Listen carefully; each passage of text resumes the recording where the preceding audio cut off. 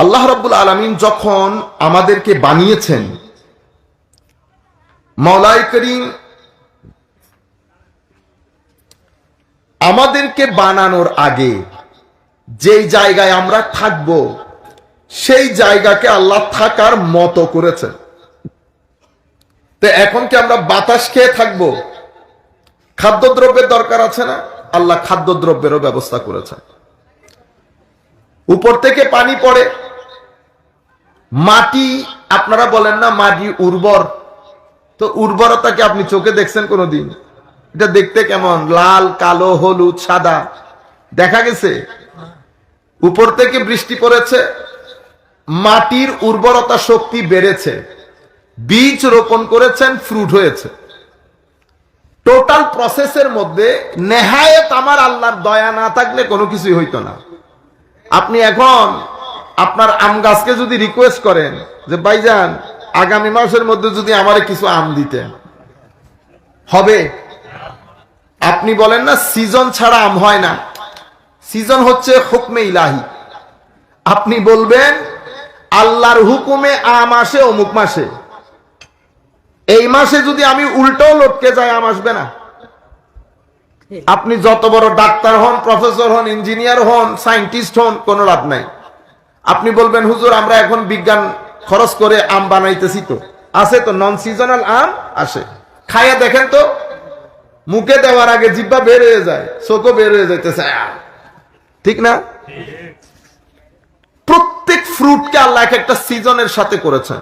এটা আমার আল্লাহর হুকুম, আমার আল্লাহ যখন চান তখন দেন। প্রত্যেক ফ্রুট আসতে সময় নেই। আরে বড়ইয়ের মতো ছোট্ট একটা বড়ই আসতো 2-3 বছর লাগাই দেয় না? দান কি 3 বছরে আসে? দান 3 বছরে আসে না, দান 3 মাসে ঘরে চলে আসে। মওলা বড়ই আর দানের মধ্যে এত ডিসক্রিমিনেশন কেন? খুব একটা বড়ই ছাড়া বাঁচতে পারবি, দান ছাড়া বাঁচতে পারবি না। আমি যদি চাইতাম, হায় হায় হায়, আমরা এমনিতে হাইসা দিছি হয়তো, কিন্তু আপনারা জিনিসগুলো চিন্তা করবেন, আমার আল্লাহর দয়া বুঝতে পারবেন। তখন মায়া লাগবে আল্লাহর জন্য, আল্লাহর জন্য মায়া লাগবে। কি করছে আমার আল্লাহ? 3 মাসের মধ্যে আপনার দান ঘরে চলে আসছে। গম আছে না, গম দিয়ে আটা তৈরি হয়, পৃথিবীর আধা মানুষ রুটি খেয়ে বাঁচে। গমও কি 1 বছর পরে আসে? পৃথিবীর 40% বা 30% এর মতো মানুষ আলু খেয়ে জীবন ধারণ করে। আলু কি 1 বছর পরে আসে? কি আজীব! যে জিনিস খেয়ে আমি জীবন ধারণ করি, সেই জিনিসগুলা খুব দ্রুত আপনার ঘরে চলে আসে। এটা আমার আল্লাহর আমাদের প্রতি বিশেষ দয়া। তা আমি আপনাদেরকে বোঝাতে চাচ্ছি কি, যা কিছু এখানে আমাদের জন্য প্রয়োজন আমার আল্লাহ এখানে ব্যবস্থা করেছেন। পৃথিবীর আবহাওয়াকে আমার আল্লাহ সাজিয়েছেন। এখানে যদি -80 হয়ে যাইতো, -80 মানে বুঝেন, -80 মানে ধরেন এখন করতেছে 22, টেম্পারেচার 22, পিছনে গেলে 21, 20, 19, 18, 17, 16, 15, 14, 13, 12 এরকম করতে করতে একে আসছে।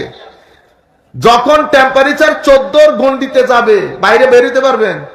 বাংলাদেশের মানুষ বেরোতে পারবেন। আমাদের জন্য অসুবিধা নেই, আমরা যারা বাইরে মাইনাসের মধ্যে থাকি আমাদের জন্য অসুবিধা নেই। কিন্তু আমার আল্লাহ ওইটার ব্যবস্থা করেছেন আপনার জন্য। ধরেন 10 হয়ে গেছে, আল্লাহ বেরোবো কেমনে?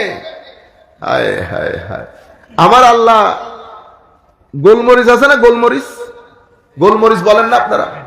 গোলমরিচ যদি একটা 2টা মুরগির মাংস নিয়ে পেঁয়াজ, তেল, লবণ দিয়ে পানির মধ্যে জুস বানান, ওই যে চুলার মধ্যে দিয়ে, এগুলা কিন্তু গায়ের জ্বর হলে অনেক কাজ আসে।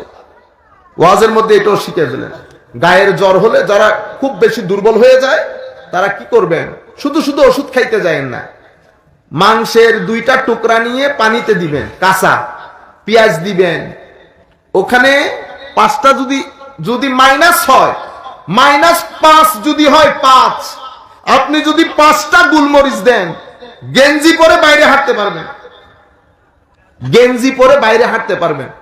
আর যদি গোলমরিচ 10টা দেন, তাইলে তার গায়ে কাপড়ও লাগবে না। আমার আল্লাহ সব ব্যবস্থা করেছে। যদি এরকম না করতেন তো কানাডা বা এই সমস্ত দেশে যেখানে -60 চলে যায়, মানে 1 থেকে 0, শূন্য থেকে এবার মাইনাস, -1 -2 যাইতেছে। উপর থেকে 2 তলা থেকে যখন পানি ফেলবেন, পানি একটু নিচে গিয়ে বরফ হয়ে যায়। আপনাদের জন্য জিনিসটা আজীব বিষয় না? যেখানে যাবেন সব বরফ আর বরফ। আমার আল্লাহ সেই বরফের মধ্যে বের হওয়ার ব্যবস্থা করে দিছে। কি দিয়ে? গুলমরিচ দিয়ে। কি দিয়ে? গুলমরিচ। 10টা যদি দেন, আপনি মাইনাস বরফের মধ্যে আপনি উদাম গায়ে হাঁটতে পারবেন। এটা আমার আল্লাহর শান। যাই হোক, আমি আপনাদেরকে যে জিনিসটা বুঝাতে চাচ্ছি, মওলাই করিম এখানে যা কিছু প্রয়োজন ব্যবস্থা করেছেন, কিন্তু আমরা শুধু ভাত খেয়ে বাঁচি না। মানুষের জন্য আরো একটা জিনিস দরকার। সেটা কি? মানুষের জন্য 2টা মূল জিনিস মানুষের চাহিদা। এটা ছাড়া মানুষ সারভাইভ করতে পারে না, মানুষ বাঁচতে পারে না। কি? মানুষের আত্মসম্মান বোধ আছে। কি আছে? আত্মসম্মান বোধ। মানুষ আরেকজন যদি মানুষের উপর শোষণ করে, মানুষ বাঁচতে পারে না। মানুষ শাসনের মধ্যে বাঁচতে পারে, শোষণের মধ্যে মানুষ বাঁচতে পারে না। মানুষ অধিকার খোঁজে। আপনি যখন আমি আর আমার ভাইয়ের মধ্যে 19-20 করবেন, আমার ভিতরে ব্যথা লেগে যাবে। আপনি যদি আমাকে বিরিয়ানি খাওয়ান, আপনি যদি দুনিয়ার খাদ্যদ্রব্য আমার মাথার উপরে ঢেলে দেন, কিন্তু আপনি আমার ভাই আর আমি দুইজনের মধ্যে যদি 18-20 করেন, আমার হৃদয়, আমার ভিতর সেটা মেনে নিবে না। মানুষ সমতা চায়। আমার ভাইয়ের সাথে ডিলিং যেটা হবে সেটা আমার সাথে হইতে হবে। মানুষ আত্মসম্মান বোধ সম্পন্ন প্রাণী। মানুষ চাই যে তাকে সম্মান করা হোক। একটা রিক্সা ড্রাইভারকে যদি আপনি তুই করে বলেন, এরপরে 50 টাকা দেন, নিবে? নিবে? নিবে না। মোস্টলি নিবে না। কেন? কারণ মানুষ শুধু খাদ্যের জন্য না, খাদ্য ছাড়াও মানুষের জন্য আরো একটা সেটিং করেছেন আল্লাহ। এটা মানুষের নেচার। প্রকৃতিগতভাবে, সৃষ্টিগতভাবে আল্লাহ মানুষকে এভাবে সৃষ্টি করেছেন। মানুষ সমান অধিকার চায়, মানুষ অধিকার সচেতন, মানুষ সম্মান সচেতন। মানুষকে আপনি শোষণ করতে পারবেন না, মানুষকে আপনি শাসন করতে পারবেন। মানুষ আপনি যদি উভয়মিকে টানে, বুঝতে পেরেছেন? আপনি নিতে পারতেছেন না এগুলা। সেই কারণে মানুষের ডিমান্ডের কারণে এই পৃথিবীর মধ্যে একটা সুন্দর সিস্টেম চালু হয়েছে। মানুষ ভোট দেয়। এই যে আপনি ভোট দিচ্ছেন কেন? কারণ আপনি বলছেন আমি, আমার যিনি শাসক, আমি তাকে নির্বাচিত করব। কেন? কারণ আপনি এর পরিবর্তে তার কাছ থেকে কিছু জিনিস আশা করেন। কি আশা করেন? আপনি তার কাছ থেকে সুবিচার আশা করেন, আপনি তার কাছ থেকে নিরাপত্তা আশা করেন, আপনি তার কাছ থেকে সমতা আশা করেন, আপনি তার কাছ থেকে এটা আশা করেন যে আপনাকে জুলুম থেকে বাঁচানো হোক, আপনি তার কাছ থেকে এটা আশা করেন যে আপনাকে নিরাপত্তা প্রদান করা হোক, আপনি তার কাছ থেকে আশা করেন যে আপনার ছেলে এবং মেয়ে, পরিবার পরিজনের জন্য একটা নিশ্চিত জীবনের ব্যবস্থা করা হোক। এটা মানুষের সামগ্রিকভাবে, প্রকৃতিগতভাবে মানুষের চাওয়া পাওয়া। আপনারা বুঝতে পেরেছেন? এটা আমার আল্লাহ। এই জন্য আমরা কি দোয়া করি? রব্বানা আতিনা ফিদ দুনিয়া হাসানাতাও ওয়া ফিল আখিরাতি হাসানা ওয়া কিনা আযাবান নার। আমরা দুনিয়ার জীবনেও সুখ চাই। আল্লাহ আমাকে আমার দুনিয়ার জীবনও সুখ সমৃদ্ধ করেন, আমার আখিরাতের জীবনও সুখ সমৃদ্ধ করেন। দুনিয়ার জীবনে যদি সুখ সমৃদ্ধি চান, শুধু টাকার খাওয়া দিয়ে দুনিয়ার জীবন সুখের হয় না।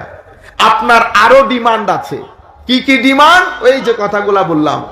আপনি সমতা চান, অধিকার চান, সম্মান চান, সুবিচার চান। এটা মানুষের ভিতরের চাওয়া পাওয়া, মানুষের ভিতরের চাওয়া পাওয়া। তো আল্লাহ রাব্বুল আলামিন আমাদেরকে যখন মওলাই করিম এই যে সমতা, সাম্য, অধিকার, মওলাই করিম এই অধিকার নিশ্চিত করেই আল্লাহ আমাদেরকে পাঠিয়েছেন এই ধরার মধ্যে। এতটুকুন জিনিস তো আপনারা বুঝতে পেরেছেন। সম্মানিত উপস্থিতি, আমি এখন আপনাদেরকে একটা হাদিস শরীফ বলবো। বাকি কথাগুলো সেই হাদিসের আলোকে আপনাদের সম্মুখে তুলে ধরবো।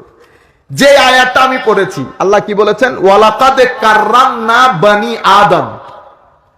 আমি আদমকে, আদম আলাইহিস ইসলামের সন্তান মানে আমাদেরকে, আমি বনি আদমকে সম্মানিত করেছি। মাওলা, এটা কি ধরনের সম্মান? হায় হায়।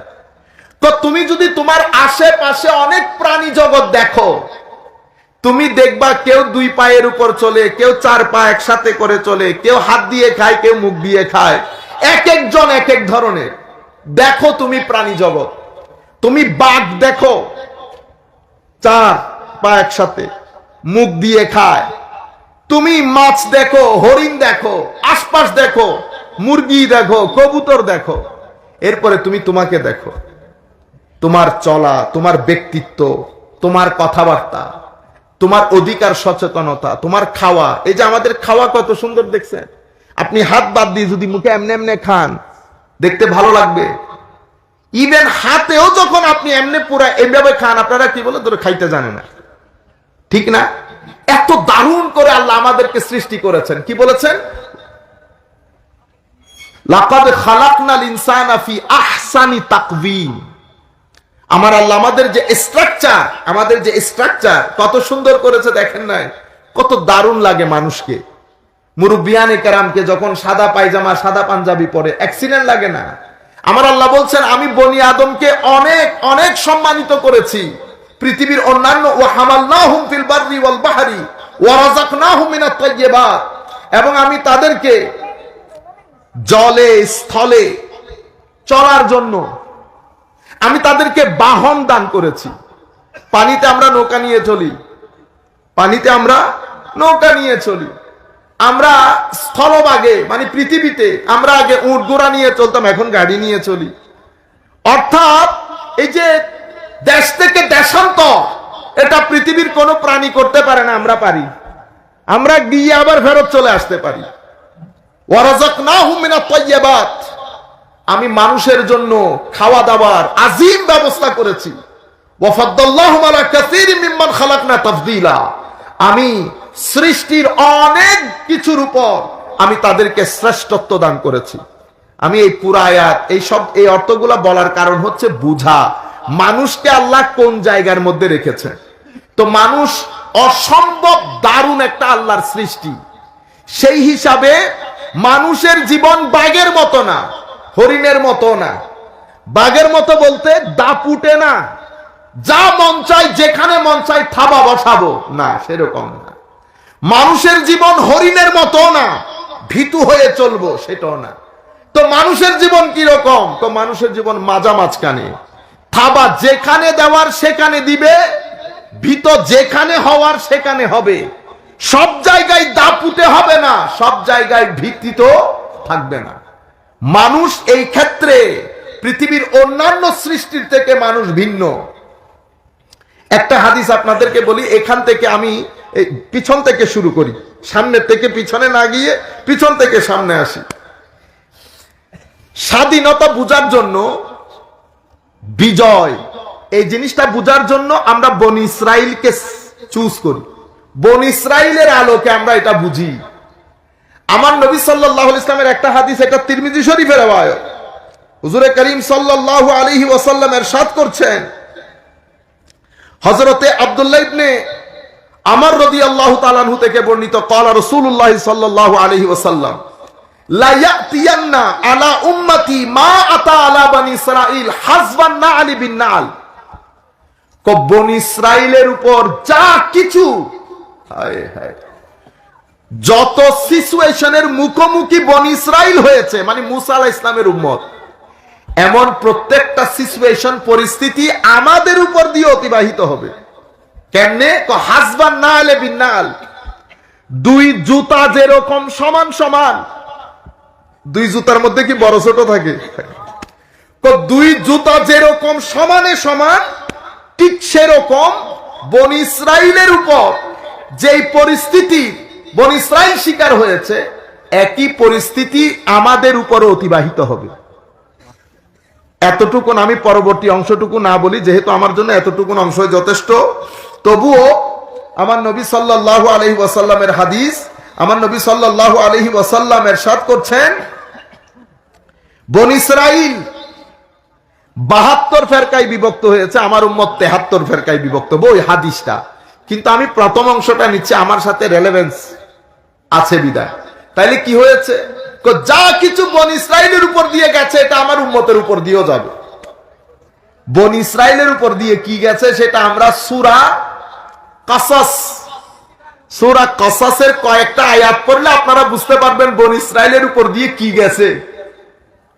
আমার নবী সাল্লাল্লাহু কোরআনে পাকের মধ্যে আল্লাহ ইরশাদ করছেন, তাসিন মিম তিলকা আয়াতুল কিতাবিল মুবিন নাতলু আলাইকা মিন নাবাই মূসা ওয়া ফিরআউনা بالحق لقوم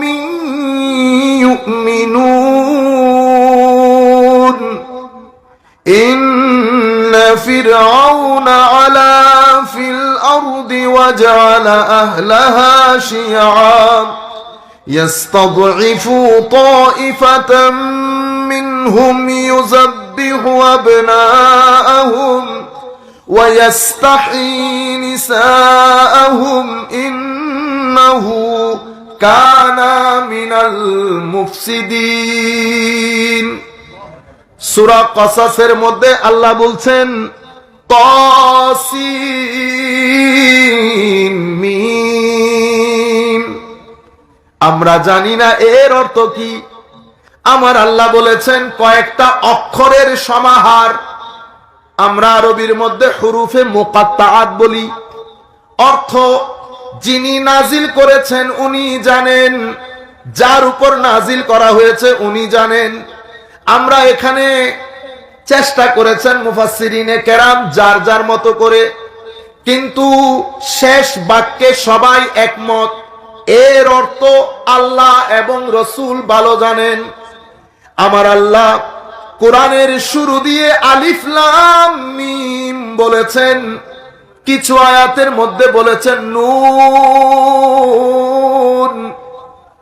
কিছু জায়গার মধ্যে আল্লাহ বলেছেন কফ। কোরআন স্টেজের মধ্যে কোরআন বলছে নুন।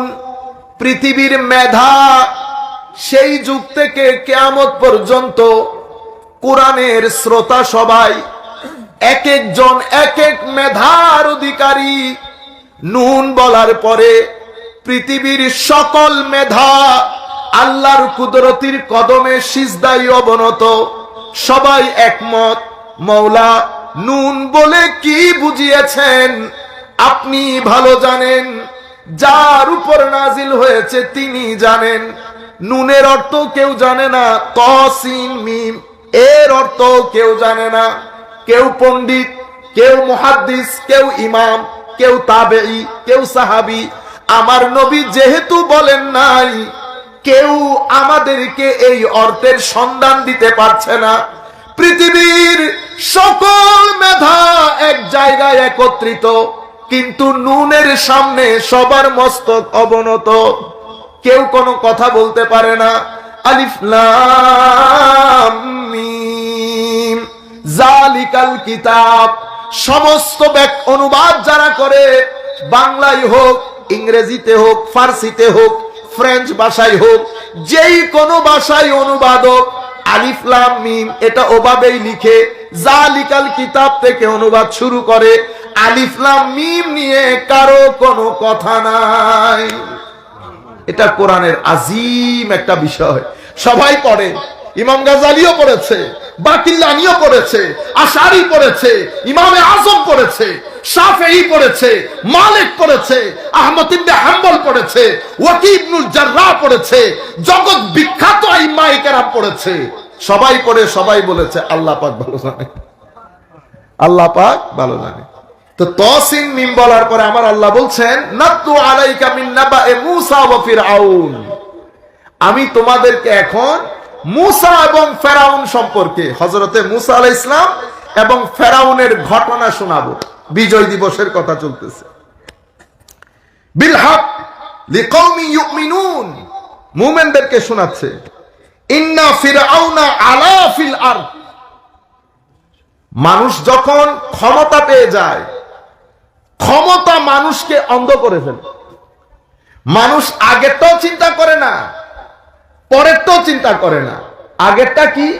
আগেরটা হচ্ছে আমি নতুন না, আমার পূর্বে পৃথিবীর মধ্যে মিশরে অনেক রাজাদিরাজ ছিল, কেউ বেঁচে নেই, এটা সে চিন্তা করে নাই। এটাও চিন্তা করছে না যে তারা, তাদের যে হাসর হয়েছে আমারও সেম হাসর হবে না। ক্ষমতা মানুষকে পাগল করে দেয়। তো বলছে কি, ইন্না ফিরআউনা আলা ফিল আরদ, ফেরাউন অনেক বেশি উদ্ধত হয়ে গেছে। ক্ষমতা মানুষকে কি করে ফেলে? পাগল করে ফেলে। ক্ষমতার দাপট মানুষের ব্যবহার, সামগ্রিক জীবনের মধ্যে পরিবর্তন আনে।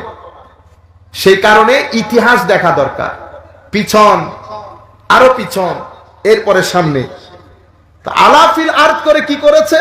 ওয়াজআলা আহলাহা শিয়া, নিজের ক্ষমতাকে ধরে রাখার জন্য এলাকার অঞ্চলের কিছু মানুষকে নিজের মধ্যে থেকে মানুষের ভিতরে দলে উপদলে বিভক্ত করে ফেলেছে, নিজের শক্তিকে ধরে রাখার জন্য। এরপরে কি করেছে? ইয়াস্তাদঈফু তাইফা মিনহুম, তাদের কিছু মানুষকে দুর্বল করে ফেলার জন্য, যেন তার বিরুদ্ধে কেউ কোনো কথা না বলে। আপনারা বুঝতে পেরেছেন? পাকিস্তান ক্ষমতার মধ্যে এসেছে, আসার পরে পাকিস্তানি মানুষের একটা বড় সমস্যা হচ্ছে, তারা অসম্ভব অহংকারী। 2020 থেকে শুরু তাদের সাথে থাকা, 2023 বছর চলতেছে। সুতরাং কেউ যদি আমাকে মেন্টালিটি শিখাইতে আসেন, তা আমার মনে হবে না শিখানো বেটা।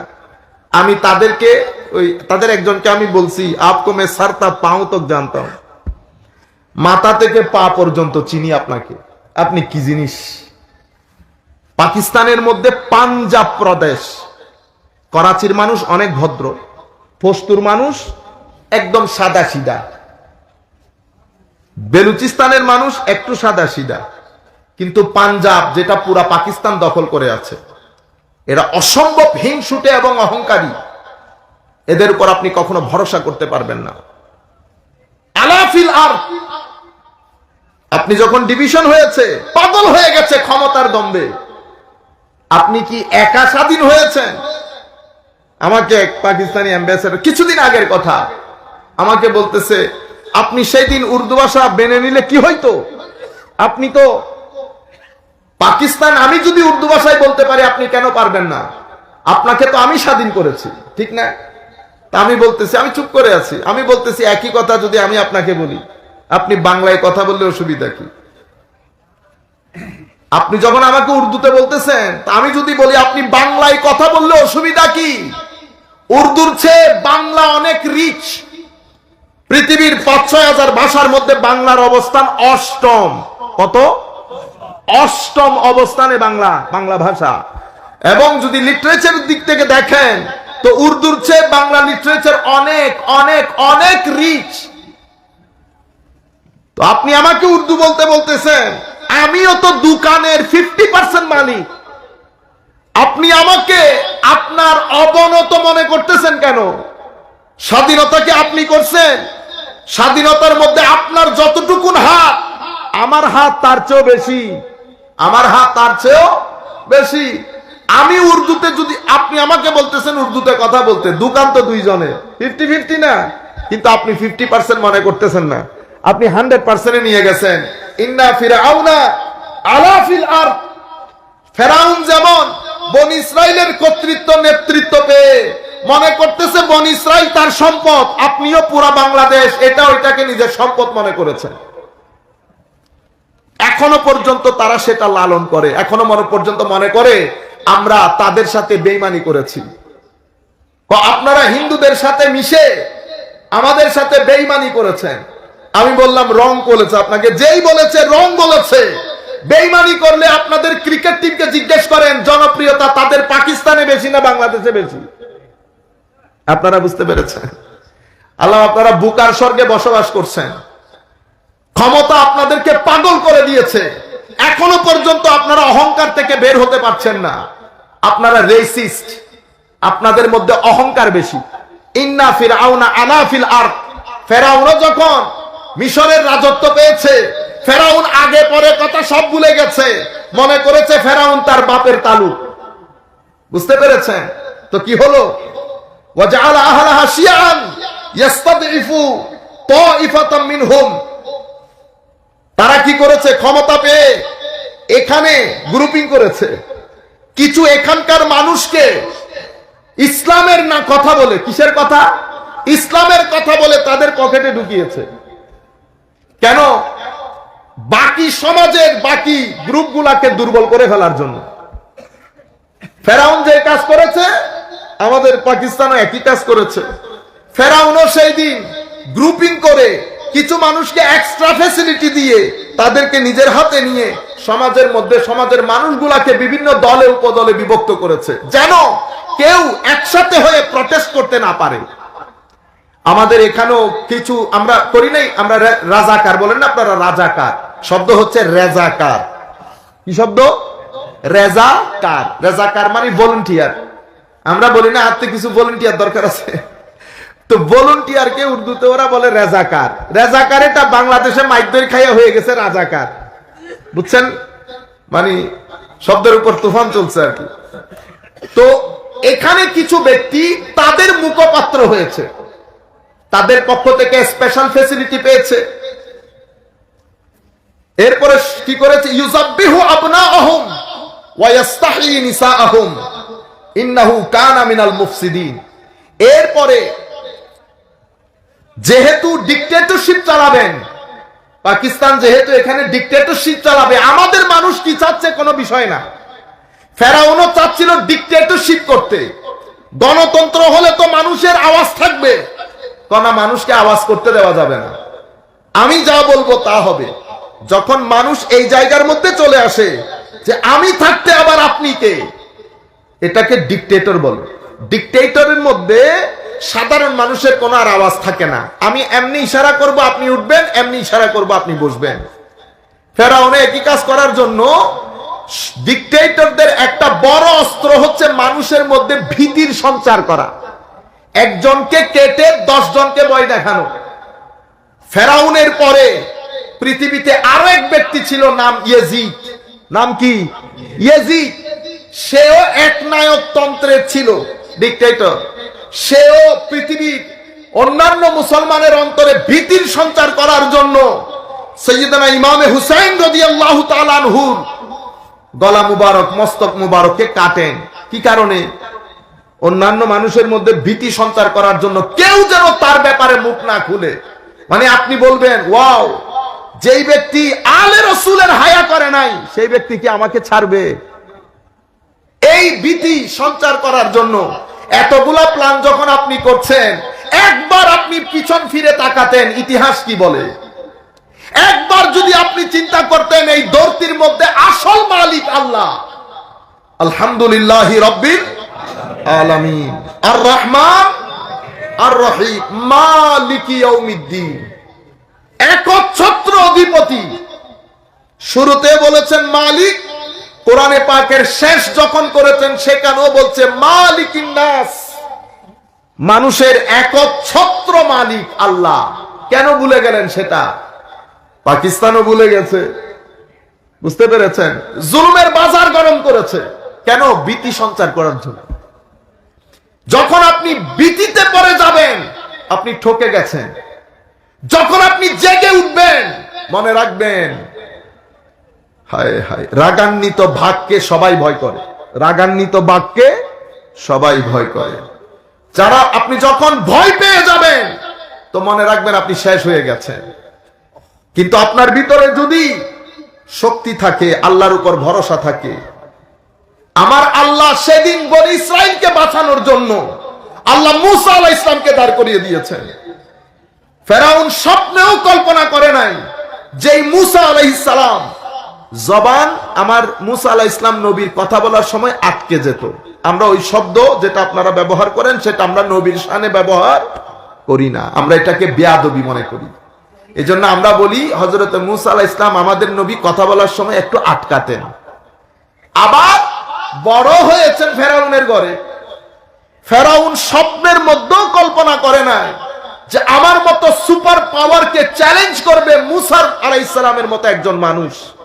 কিন্তু আমার আল্লাহর একটা সুন্নত আছে, আমার আল্লাহ আপনাকে ডিল দেয় কিন্তু ছেড়ে দেয় না। ডিল যত বেশি দেবে রশি তত বেশি খরচ হবে বাঁধার ক্ষেত্রে। আপনারা বুঝতে পেরেছেন? পৃথিবীর ইতিহাস বড়ই মারাত্মক। পাকিস্তানের অবস্থা দেখছেন এখন? পাকিস্তানের অবস্থা এখন দেখছেন? হায় হায় হায়। তারাও মনে করছে হায় হায় বাঙালি জাতিকে আবার উঠে দাঁড়াবে। পাকিস্তান আর্মি পুরা বিশ্বের মধ্যে নাম করা আর্মি। পাকিস্তানের আইএসআই বা ওরা কি একটা ইন্টেলিজেন্ট ব্রাঞ্চ বলে, পুরা বিশ্বের মধ্যে নাম করা। স্বপ্নও কল্পনা করে না বাঙালি মূলা আর শাক নিয়ে দাঁড়িয়ে যাবে, মূলার শাক নিয়ে দাঁড়িয়ে যাবে। ইন্নাহু কানা মিনাল মুফসিদিন। আমার আল্লাহ বলছেন শয়তান, এই ফেরাউন জমিনের মধ্যে সে ফাসাদ মানে অনর্থ সৃষ্টিকারী ছিল ফেরাউন। এরপর আমার আল্লাহ বলছেন ওয়া নুরিদু আন নামুন্না আলাল্লাযিনা ইসতুদঈফু ফিল আরদ ওয়া নাজআলাহুম আইম্মা ওয়া নাজআলাহুম আল ওয়ারিসিন। আমার মায়া হয়ে গেছে যখন আপনি জুলুমের বাজার গরম করেছে ফেরাউন। সাধারণ মানুষ, সেই মানুষের মধ্যে আল্লাহওয়ালারাও আছে না, সেই মানুষের মধ্যে ছোট বাচ্চাও আছে না। আমার আল্লাহ সময় অবশ্যই নেয়, সময় যেতে যেতে 40 বছর পর্যন্ত হতে পারে, কিন্তু এটার মানে এই না যে আপনি বেঁচে যাবেন। হযরতে মূসা বদদুয়া করেছেন ফেরাউনের জন্য, আমার আল্লাহ দোয়া কবুল করেছেন, কিন্তু কবুল করার পরে এক্সিকিউট করতে আল্লাহ 40 বছর সময় নিয়েছে। মূসা আলাইহিস সালামের পরীক্ষা হয়ে গেছে না? কতটুকু সবর আছে দেখছে আমার মূসা। সবরের পাহাড় 40 বছর পরে ফেরাউনকে আমার আল্লাহ এমন শিক্ষা দিলেন, আজকের দিন পর্যন্ত মিশরের জাদুঘরের মধ্যে কাত হইয়া শুইয়া থাকে।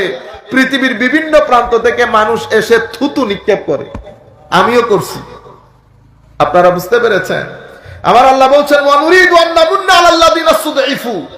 মানুষের মধ্যে অনেক মানুষ কেঁদে কুটে আল্লাহর দরবারে ফরিয়াদ করেছে। সেই কারণে কখনো জুলুম করবেন না, জালেমদেরকে আল্লাহ কখনো ছেড়ে দেন না, সময় অবশ্যই দেন। আপনি ব্যক্তি পর্যায়ে হোক, পারিবারিক পর্যায়ে হোক, সামাজিক পর্যায়ে হোক, যে কোনো পর্যায়ে আল্লাহর ওয়াস্তে মানুষের উপর, সৃষ্টির উপর, প্রাণী জগতের উপর কোন জুলুম করবেন না। রয়ে গেল গুনাহ। গুনাহ আমরা না করে উপর থেকে কি ফেরেশতা আসবে গুনাহ করতে? আমরা গুনাহ করব, 100 বার গুনাহ করে 100 বার আল্লাহর দরবারে ক্ষমা চাইবো, আমার আল্লাহ ক্ষমা করে দেবে। আমার নবী বলছে উম্মত 70 বারও যদি গুনাহ হয় 70 বার আল্লাহর দরবারে ক্ষমা চাইবি। আমিও বলতেছি আল্লাহর ইজ্জতের কসম, আল্লাহ ক্ষমা করে দেন। ক্ষমা না করলে আমাদের মতো জালেম এই স্টেজের মধ্যে বসতো না। আমার আল্লাহ ক্ষমা করেন, বেশি ক্ষমা করে দেন, মায়া করেন অনেক বেশি। যখন আপনি কেঁদে কুটে আল্লাহর দরবারে ক্ষমা চাইবেন, আপনি বুঝতে পারবেন আমার আল্লাহ আপনাকে মায়া করতেছে। চোখ বেয়ে পানি পড়বে, অন্তরের মধ্যে একটা হাহাকার তৈরি হবে, আল্লাহর জন্য প্রেম আসবে, ইচ্ছে করবে একটু দেখি ধরি, কত কিছু। এটার মানে আমার আল্লাহ আপনাকে মায়া করতেছে। আমার আল্লাহ অনেক দয়ালু, আর রহমান আর রাহিম, ঠিক না? কিন্তু আমার আল্লাহ কিছু জিনিস আমার আল্লাহ অপছন্দ করেন। তোর মধ্যে একটা জিনিস হচ্ছে আমার আল্লাহ জুলুম অপছন্দ করেন। হাদিসে পাকের মধ্যে আমার নবী বলেছেন জুলুম 3 ধরনের। তোর মধ্যে মাঝখানের যে জুলুম, আপনি আরেকজনের উপর যে জুলুম করেন, জুলুম মানে কি? জুলুম মানে আরেকজনকে তার অধিকার থেকে বঞ্চিত করা। আপনি যখন কাউকে তার অধিকার থেকে বঞ্চিত, আমার অধিকার কি এখানে? আমার অধিকার আমি নিরাপত্তা চাই, আমার অধিকার আমি আমার জীবনের, আমার খাওয়া দাওয়ার, মান ইজ্জতের, শিক্ষার, স্বাস্থ্যের সবকিছুর নিরাপত্তা চাই। আমার সরকার আমাকে দিতে বাধ্য, আমার সরকার আমাকে দিতে বাধ্য। আমি সরকারের অনুগত হব। তো সরকার আমাকে কিসের ভিত্তিতে আমি অনুগত? এই সার্ভিসের ভিত্তিতে। আপনারা বুঝতে পেরেছেন? তো ফেরাউন, আপনারা 2 জাতি, আমি এই ফেরাউনের সাথে মিলাইতেছি আর কি, বুঝতে পেরেছেন?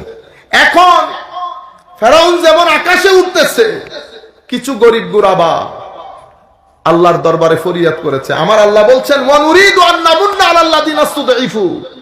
আমার দয়ার সমুদ্রের মধ্যে ঢেউ উঠেছে, আমি সেই গরিবদের কথা কানে নিয়েছি, নিয়ে আমি ডিসাইড করেছি আমি তাদের উপর দয়া করব।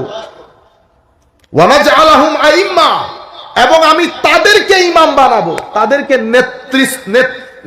নেতার স্থানে, তাদের মধ্য থেকে আমি নেতৃত্ব তৈরি করব, এবং তাদেরকে নেতা করার এবং তাদেরকে তাদের দেশের উত্তরাধিকার করার সিদ্ধান্ত নিয়েছি আমি। তাদের মধ্য থেকে নেতা, তাদেরকে তাদের দেশের উত্তরাধিকার ফেরত দেব। আল্লাহ, এখানে আপনি যখন ডিসক্রিমিনেশন শুরু করেছেন, ভালো চাকরি আপনার, হ্যাঁ, পিয়নের চাকরি আমার, আমাদের মধ্যে আবার কিছু আছে তো কেন? আমাদের লোকজন তো ভালো চাকরি করত, পার্সেন্টেজ আসে। আপনারা বুঝতে পেরেছেন? এইভাবে আপনি যখন ডিসক্রিমিনেট করবেন, আপনি যখন জুলুম করবেন, যেই তারিখ থেকে আপনার জুলুমের বাজার গরম হবে, সেই তারিখ থেকে আপনি লিখে রাখবেন, সেখান থেকে একজন দাঁড়াবে, অবশ্যই দাঁড়াবে মুসা, অবশ্যই হুসাইন দাঁড়াবে। সেটা একদিন পরে হোক, 1 বছর পরে হোক, 10 বছর পরে হোক। আপনি যদি কারবালার কাহিনী পড়তেন, আপনি যদি কোরআন থেকে মুসা আলাইহিস সালাম এবং ফেরাউনের কাহিনী পড়তেন, আপনি এই কাজ কখনো করতেন না। জমিনের মধ্যে আল্লাহ এই উদাহরণগুলো সেট করে রাখে শিক্ষা গ্রহণ করার জন্য। আফসোস, মানুষ শিক্ষা গ্রহণ করতে চায় না। মানুষের হাতে যখন ক্ষমতা আসে, ক্ষমতার দম্ভে মানুষ অন্ধ হয়ে যায়, যা মন চায় করে, যা মন চায় করে। কিন্তু এটা আল্লাহর ধরতি, আল্লাহর সুন্নত হচ্ছে যতটুকুন উপরে গিয়ে উড়বেন, ততটুকুন উপর থেকে আল্লাহ নিচে ফেলবেন। সহ্য করতে পারবেন? উপর থেকে পড়লে থাকবে নি কিছু? 360 হাত দিয়ে একটাও থাকবে না। তা আমার আল্লাহ বলছেন আমার সিদ্ধান্ত এরকম। এরপরে কি করেছি? ওয়ানুমাক্কিন লাহুম ফিল আরদ ওয়া নুরি ফিরআউন ওয়া হামান ওয়া জুনুদাহুমা মিনহুম মা কানু ইয়াহজারুন। এবং তাদেরকে ক্ষমতায় আসীন করার জন্য আমি তাদেরকে ক্ষমতায় আসীন করি, এবং ফেরাউনকে দেখায়, হামানকে দেখায়, তার সৈন্যবাহিনীকে দেখায়, যেটার ভয়, যেটার আশঙ্কা তারা করত। ফেরাউন, হামান, পুরা টাকা পয়সা হামানের হাতে, ক্ষমতা ফেরাউনের হাতে। হায় হায়, কল্পনাও করে নাই। কারণ কিছু একটা করতে টাকা লাগবে, কিছু একটা করতে পয়সা লাগবে, পাওয়ার লাগবে। এখন যারা বনী ইসরাইল হযরত মুসা আলাইহিস সালামের সাথে, হযরত হারুনের সাথে, ইনাদের কাছে তো না টাকা পয়সা আছে না পাওয়ার আছে। কিন্তু আমার আল্লাহ বলছে যে পাওয়ারও লাগে না, টাকা পয়সাও লাগে না। যখন আমি দয়া পরবশ হই, তো কুল কায়নাত তাদের মদত করে, কুল কায়নাত তাদের মদত করে। সেদিন বদরের যুদ্ধে কুরাইশরা কল্পনাও করে নাই এই 313 জন দুর্বল সাহাবায়ে কেরাম বেশিরভাগ তাদের হাতে এভাবে মার খাবে, তারা স্বপ্নেও কল্পনা করে নাই। তারা নিজ দেশে ফেরত গিয়ে বলে এই যুদ্ধ সাহাবীরা করে নাই, তাদের পেছনে কেউ ছিল। কোরআন বলছে তাদের পেছনে ফেরেশতা ছিল। আল্লাহ দুর্বলকে ফেরেশতা দিয়ে সহযোগিতা করেন। মাওলাই করিম প্রত্যেক জাতির ভাগ্য আমার আল্লাহ লিপিবদ্ধ রাখেন। আপনি যেভাবে চলতে চাইবেন, আমার আল্লাহ আপনার জন্য সেই ধরনের নেতা নেত্রীর ব্যবস্থা করে রাখবে। ইন্নাল্লাহা লা ইউগাইয়িরু মা বিকাউমিন হাত্তা ইউগাইয়িরু মা বিআনফুসিহিম। আপনি যতক্ষণ নিজে ভালো না হবেন, আপনার নেতৃত্ব কখনো ভালো হবে না। আমি নিজের দিকে নিজে তাকাই, বাইরে পড়ে আমি নিজে ভালো কিনা, আমার ভিতরে প্রতারণা আছে কিনা, জুলুম আছে কিনা। আছে। আমাদের মুখ খারাপ, আমরা হাঁটুর উপরে কাপড় তুলে হাঁটি, আমরা আইল একটারে কাটতে কাটতে, আজকে আমি হাঁটতে বেরোইছিলাম অনেকদিন পরে, আইলে আর হাঁটতে পারি না। যে আইল আমরা নিজের চোখে দেখছি এত বড় বড়, পুরো আমরা গরু নিয়ে যাইতাম ছোটকালে। আমাদের ঘরে যে কাজ করার লোক ছিল তাদের সাথে, গরু তো খুব সুন্দর লাগে না দেখতে, পিছনে হাঁটতেও ভালো লাগে। তো চাইতাম যে এতগুলা গরু একসাথে যাইতো, আমরা একসাথে হাঁটতাম। সেই আইলের মধ্যে এখন আমি একা হাঁটতে পারতেছি না। 2 জায়গা থেকে আমাদের 2 ভাই যুদ্ধ করে আইল, আল্লাহ পাক জানে কিছুদিন পরে আইল থাকে কিনা। এরপরে আপনি যাবেন মসজিদের প্রথম কাতারে নামাজ পড়তে, এরপরে আপনি মসজিদের সভাপতি সেক্রেটারি, শরম করেন, হায়া করেন। কেন নিজের জীবন শুধু শুধু বরবাদ করে দিচ্ছেন? নিজের ট্যাঙ্গ নিজে কুড়িল মারানোর মতো। আপনি এগুলা উল্টাপাল্টা করবেন, এই ঘর বিরান হয়ে যাবে, উজাড় হয়ে যাবে, অশান্তিতে পড়ে যাবেন, বাঁচবেন না আপনি। যাই হোক, সম্মানিত উপস্থিতি, তো আমার আল্লাহ বলছেন যেটার আশঙ্কা তারা করছিল আমি সেই দুর্বল জায়গা থেকে নেতৃত্ব দাঁড় করিয়ে দিয়েছি হযরত মুসা আলাইহিস সালামের আকৃতি। হযরত মুসা দাঁড়িয়ে গেছে, হ্যাঁ তুমি তুমি আমার ঘরে বড় হয়ে আমার বিরুদ্ধে। আচ্ছা, তখন ফেরাউন মনে করছে মুসা আলাইহিস সালাম আর কি, মুসা আর কি, এ ছোট কাটো লোক। পাকিস্তানও মনে করেছে বাংলাদেশ আর কি, কয়েকজন বাঙালি, মুলা দিয়ে কি আর যুদ্ধ হয়? শুটকি মাছ দিয়ে কি আর যুদ্ধ হয়? ভুলে গেছে একা করলে 7 কোটি বাঙালি যদি এক হয়ে যায়, আপনি ওখানে আর কোনো কিছু করে আপনি পারবেন? আল্লাহর নিজাম বলেও তো একটা কথা আছে। বদর কেন ভুলে গেছেন? যেই বদরের যুদ্ধে আমার আল্লাহ সাহাবী পাঠিয়ে, ফেরেশতা পাঠিয়ে সাহাবায়ে কেরামকে সহযোগিতা করেছেন। কেন? মুক্তি চাচ্ছে সবাই। এখানেও তো একটা মুক্তির আবেদন ছিল, আমি মুক্তি চাই। আপনি বলবেন এটা কেমনে? আমি স্বাধীনতা চাই, আমি ডিসক্রিমিনেশন থাকতে পারবো না, আমি গণতন্ত্র চাই, আমার আত্মসম্মান বোধ আছে, আমি আত্মসম্মান নিয়ে বাঁচতে চাই, আমি ডিসক্রিমিনেশন। আপনি যদি বলেন প্রভাব বিস্তারকারী, তো প্রভাবশালী নেতা ব্যবহার করবেন না এই ধরনের শব্দ। গণতন্ত্রের মধ্যে কখনো প্রভাবশালী শব্দ আসতে পারে না, কারণ আইনের চোখে আমরা সবাই সমান। উনি বুঝতে ব্যর্থ হয়েছেন। আপনি এসে এখানে বলে দিচ্ছেন উর্দু, উর্দু হবে আমাদের ল্যাঙ্গুয়েজ না। উর্দু আমরা পড়বো, অবশ্যই পড়বো, কিন্তু উর্দু আমার ল্যাঙ্গুয়েজ না, আমার মায়ের ভাষা বাংলা। আপনারা বুঝতে পেরেছেন? ফেরাউনও বুঝতে ভুল করেছে, ঘটনা তো ঘটাইছে। ঘটাইতে ঘটাইতে আমার আল্লাহ, বাকি ঘটনা আপনারা জানেন। আমার আল্লাহ মুসা আলাইহিস সালাম এবং বনী ইসরাইলের মাধ্যমে ফেরাউনকে এমন লেসন দিয়েছে, সেই ফেরাউন নীল নদের মধ্যে ডুবে মরেছে। ফেরাউন যখন নীল নদের মধ্যে ডুবে মরেছে, বনী ইসরাইল ফেরাউন থেকে মুক্তি লাভ করেছে। এটাকে বিজয় দিবস বলে। কোন দিন বিজয় লাভ করেছে? 10ই মুহররম। তো বনী ইসরাইল ফেরাউন থেকে যেই দিন মুক্তি লাভ করে, নাজাত পায়, সেই দিনকে তারা সেলিব্রেট করার জন্য রোজা রাখতো। কি রাখতো? রোজা। সেই দিন তারা ঈদ হিসেবে পালন করত। কেন? কারণ এটা তাদের বিজয় দিবস, এটা তাদের বিজয় দিবস। তো বিজয় দিবস, আমি হাদিসটা আপনাদেরকে শোনাই, এটা আপনারা মোস্টলি রবিউল আউয়াল শরীফে শুনেন। আন ইবনে আব্বাস রাদিয়াল্লাহু তাআলা আনহুমা قال قدم النبي صلى الله عليه وسلم المدينة فرأى اليهود تصوم يوم عاشوراء فقال ما هذا؟ قالوا هذا يوم صالح هذا يوم نجى الله بني إسرائيل من عدوهم। আমার আল্লাহ যখন, আমার নবী যখন মদিনা শরীফ তশরিফ আনলেন, আমার নবী যখন মদিনা শরীফ তশরিফ আনেন, উনি দেখেন ইহুদিরা 10ই মুহররম রোজা রাখে। আমার নবী জিজ্ঞেস করেছেন মা হাজা, কি ব্যাপার, 10ই মুহররম রোজা রাখো কেন? হুজুর 10ই মুহররম রোজা রাখি কারণ এই দিন আমাদের জন্য অসম্ভব গুরুত্বপূর্ণ দিন। হাজা ইয়াউমুন সালেহ, এটা আমাদের জন্য পবিত্র দিন। সেজন্য স্বাধীনতা দিবস একটা পবিত্র দিবস। স্বাধীনতা দিবস কি দিবস? পবিত্র দিবস। তো এটা আমাদের জন্য একটা পবিত্র দিন, এটা আমাদের জন্য গুরুত্বপূর্ণ। কেন? ইয়াউমুন নাজ্জাল্লাহু বনী ইসরাঈল মিন আদু, নাজ্জাল্লাহু বনী ইসরাঈল মিন আদুবিহিম। এই দিন আল্লাহ বনী ইসরাঈলকে তাদের শত্রু থেকে মুক্তি দান করে।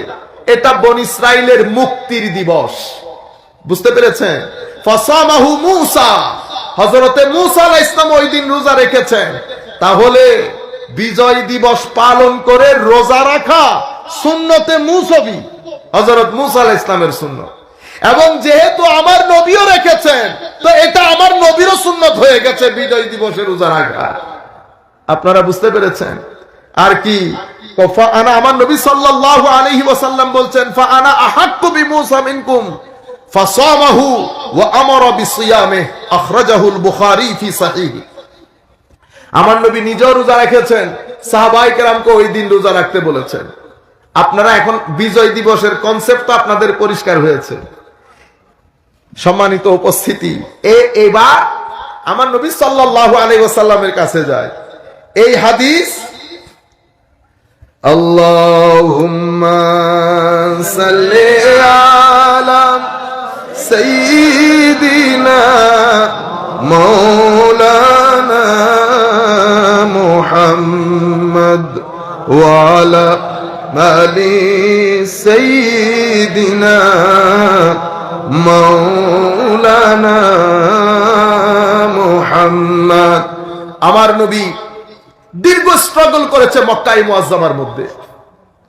এর আগে আমরা ঠিক যেভাবে আল্লাহ বনী ইসরাইলকে বিজয় দিবস বিজয় দান করেছে, আল্লাহ আমাদেরকেও এই ধরনের জুলম ও সিতম থেকে আল্লাহ আমাদেরকে মুক্তি দিয়ে আল্লাহ আমাদেরকে একটা বিজয় দান করেছে।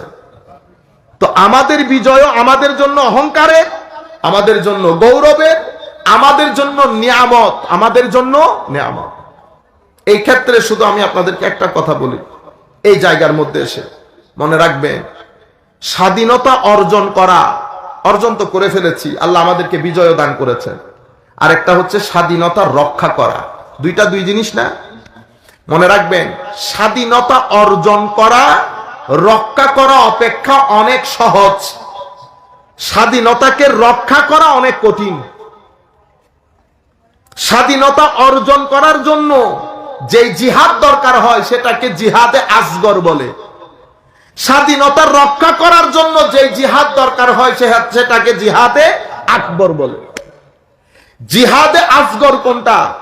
যেটা আমাদের মুক্তিযোদ্ধারা যে যুদ্ধে শামিল হয়েছেন দেশ রক্ষা করার জন্য, দেশের মানুষকে রক্ষা করার জন্য, সেটাকে জিহাদে আসগর বলে। মানি যুদ্ধের ময়দানে অস্ত্রে শস্ত্রে সুসজ্জিত হয়ে যে জিহাদ জানবাজি রেখে করা হয় সেটাকে বলে ছোট জিহাদ। বড় জিহাদ কোনটা?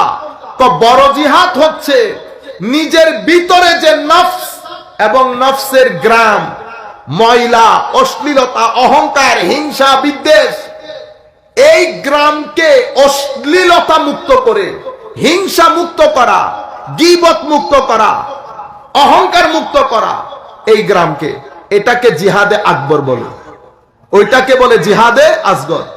ওখানে আপনি যুদ্ধ করতেছেন আপনার মানুষরূপী দুশমনের বিরুদ্ধে, এখানে আপনি যুদ্ধ করতেছেন আপনার শয়তান এবং মানুষরূপী দুশমনের বিরুদ্ধে। এখানে বড় যুদ্ধটা চলে শয়তানের বিপক্ষে। সে কারণে আমার নবী এটাকে কি বলেছে? জিহাদে আকবর, বড় যুদ্ধ। স্বাধীনতা যখন রক্ষা করার জন্য যাইতে হবে, তো স্বাধীনতা রক্ষা করার জন্য কয়েকটা জিনিস মৌলিক প্রয়োজন। সেটা কি? স্বাধীনতা রক্ষা করতে হলে মানুষকে সৎ এবং ন্যায় নীতিবান হতে হয়, সৎ এবং ন্যায় নীতিবান হতে হয়, নতুবা স্বাধীনতা রক্ষা হয় না। মানুষ যদি অসৎ হয়, অশ্লীল হয়, অহংকারী হয়, তো মানুষ এই ব্যক্তির মাধ্যমে কখনো স্বাধীনতা রক্ষা হয় না। স্বাধীনতা রক্ষা করার জন্য নীতিবান ব্যক্তি দরকার। এখন নীতিবান মানুষ আপনি যদি তৈরি করতে চান তো জিহাদে আকবর দরকার। জিহাদে আকবর শিখবেন কোত্থেকে? খানেকা থেকে। জিহাদে আকবর ঢাকা বিশ্ববিদ্যালয় শিখাবে না। জিহাদে আকবর ঢাকা বিশ্ববিদ্যালয়ের সাবজেক্ট না, এটা সাবজেক্ট হচ্ছে এটা খানেকা, এটা সাবজেক্ট হচ্ছে মাদ্রাসা। আপনি মাদ্রাসার খানেকা বন্ধ করে দিলে তো জিহাদে আকবরের প্রতিষ্ঠানই বন্ধ করে দিলেন। আপনারা বুঝতে পেরেছেন? বর্তমান এই যে ক্রাইম রেট গুলা বেড়ে যাচ্ছে, এই যে বর্তমানে অরাজকতা, ড্রাগ ডিলিং, এই যে আমাদের ইউথ গ্যাং, এগুলা বেড়ে যাচ্ছে। আপনি কখনো আইন প্রয়োগ করে এগুলা বন্ধ করা যায় না। আইন প্রয়োগ করে আপনি কিছু সময়ের জন্য ব্যালেন্স করতে পারবেন, রক্ষা করতে পারবেন না। আপনি এগুলাকে বন্ধ করতে হলে যেই জায়গা থেকে ঘটনা সূত্রপাত সেই জায়গার ভিতরে যেতে হবে। কিসের থেকে সূত্রপাত? এখানে যখন রেপ বেড়ে যাবে, ড্রাগ ডিলিং বেড়ে যাবে, গীবত বেড়ে যাবে, তো বুঝবেন আপনার নফসের গ্রামের মধ্যে লালসা যেটা ছিল সেটা আপনার ভিতর থেকে বের হয়ে বাইরে চলে এসেছে। আপনি বুঝতে পেরেছেন? এটা যখন ভিতর থেকে বাইরে চলে আসবে আপনার গ্রামের মধ্যে মারামারিও বেড়ে যাবে, কাটাকাটিও বেড়ে যাবে। সবকিছু এখান থেকে শুরু। এটার মাধ্যমে আপনার চরিত্র তৈরি হয়। আপনারা বলেন না মানুষটা অনেক ভদ্র, মানুষটা অনেক সুশীল, কিভাবে? মনে রাখবেন, একজন ব্যক্তির চরিত্র গঠিত হয় তার ভিতরের জগতের সৌন্দর্যের মাধ্যমে। ভিতরে যদি হিংসা থাকে, আপনার চরিত্রের মধ্যে হিংসা ফুটে উঠবে। ভিতরে যদি অহংকার থাকে, আপনার চরিত্রের মধ্যে অহংকার ফুটে উঠবে। সুতরাং ভিতরের জগৎ আসল, এটা জিহাদে আকবরের প্রয়োজন হয়। আমার নবী সাল্লাল্লাহু আলাইহি ওয়াসাল্লাম যখন মদিনা শরীফ আসেন, আমার নবী প্রথমে সাহাবায়ে কেরামকে নিয়ে আসগরে যাওয়ার আগে আগে আকবর করেছে। আমার নবী সাহাবায়ে কেরামকে যুদ্ধের ময়দানে, বদরের যুদ্ধে যখন এসেছেন, এটা আমার নবী মদিনা শরীফ হিজরত করার পরে 13 বছর মক্কার জমিনে যখন আমার নবী ছিলেন, আমার নবী সাহাবায়ে কেরামকে জিহাদে আকবরের জন্য আগে তৈরি করেছেন।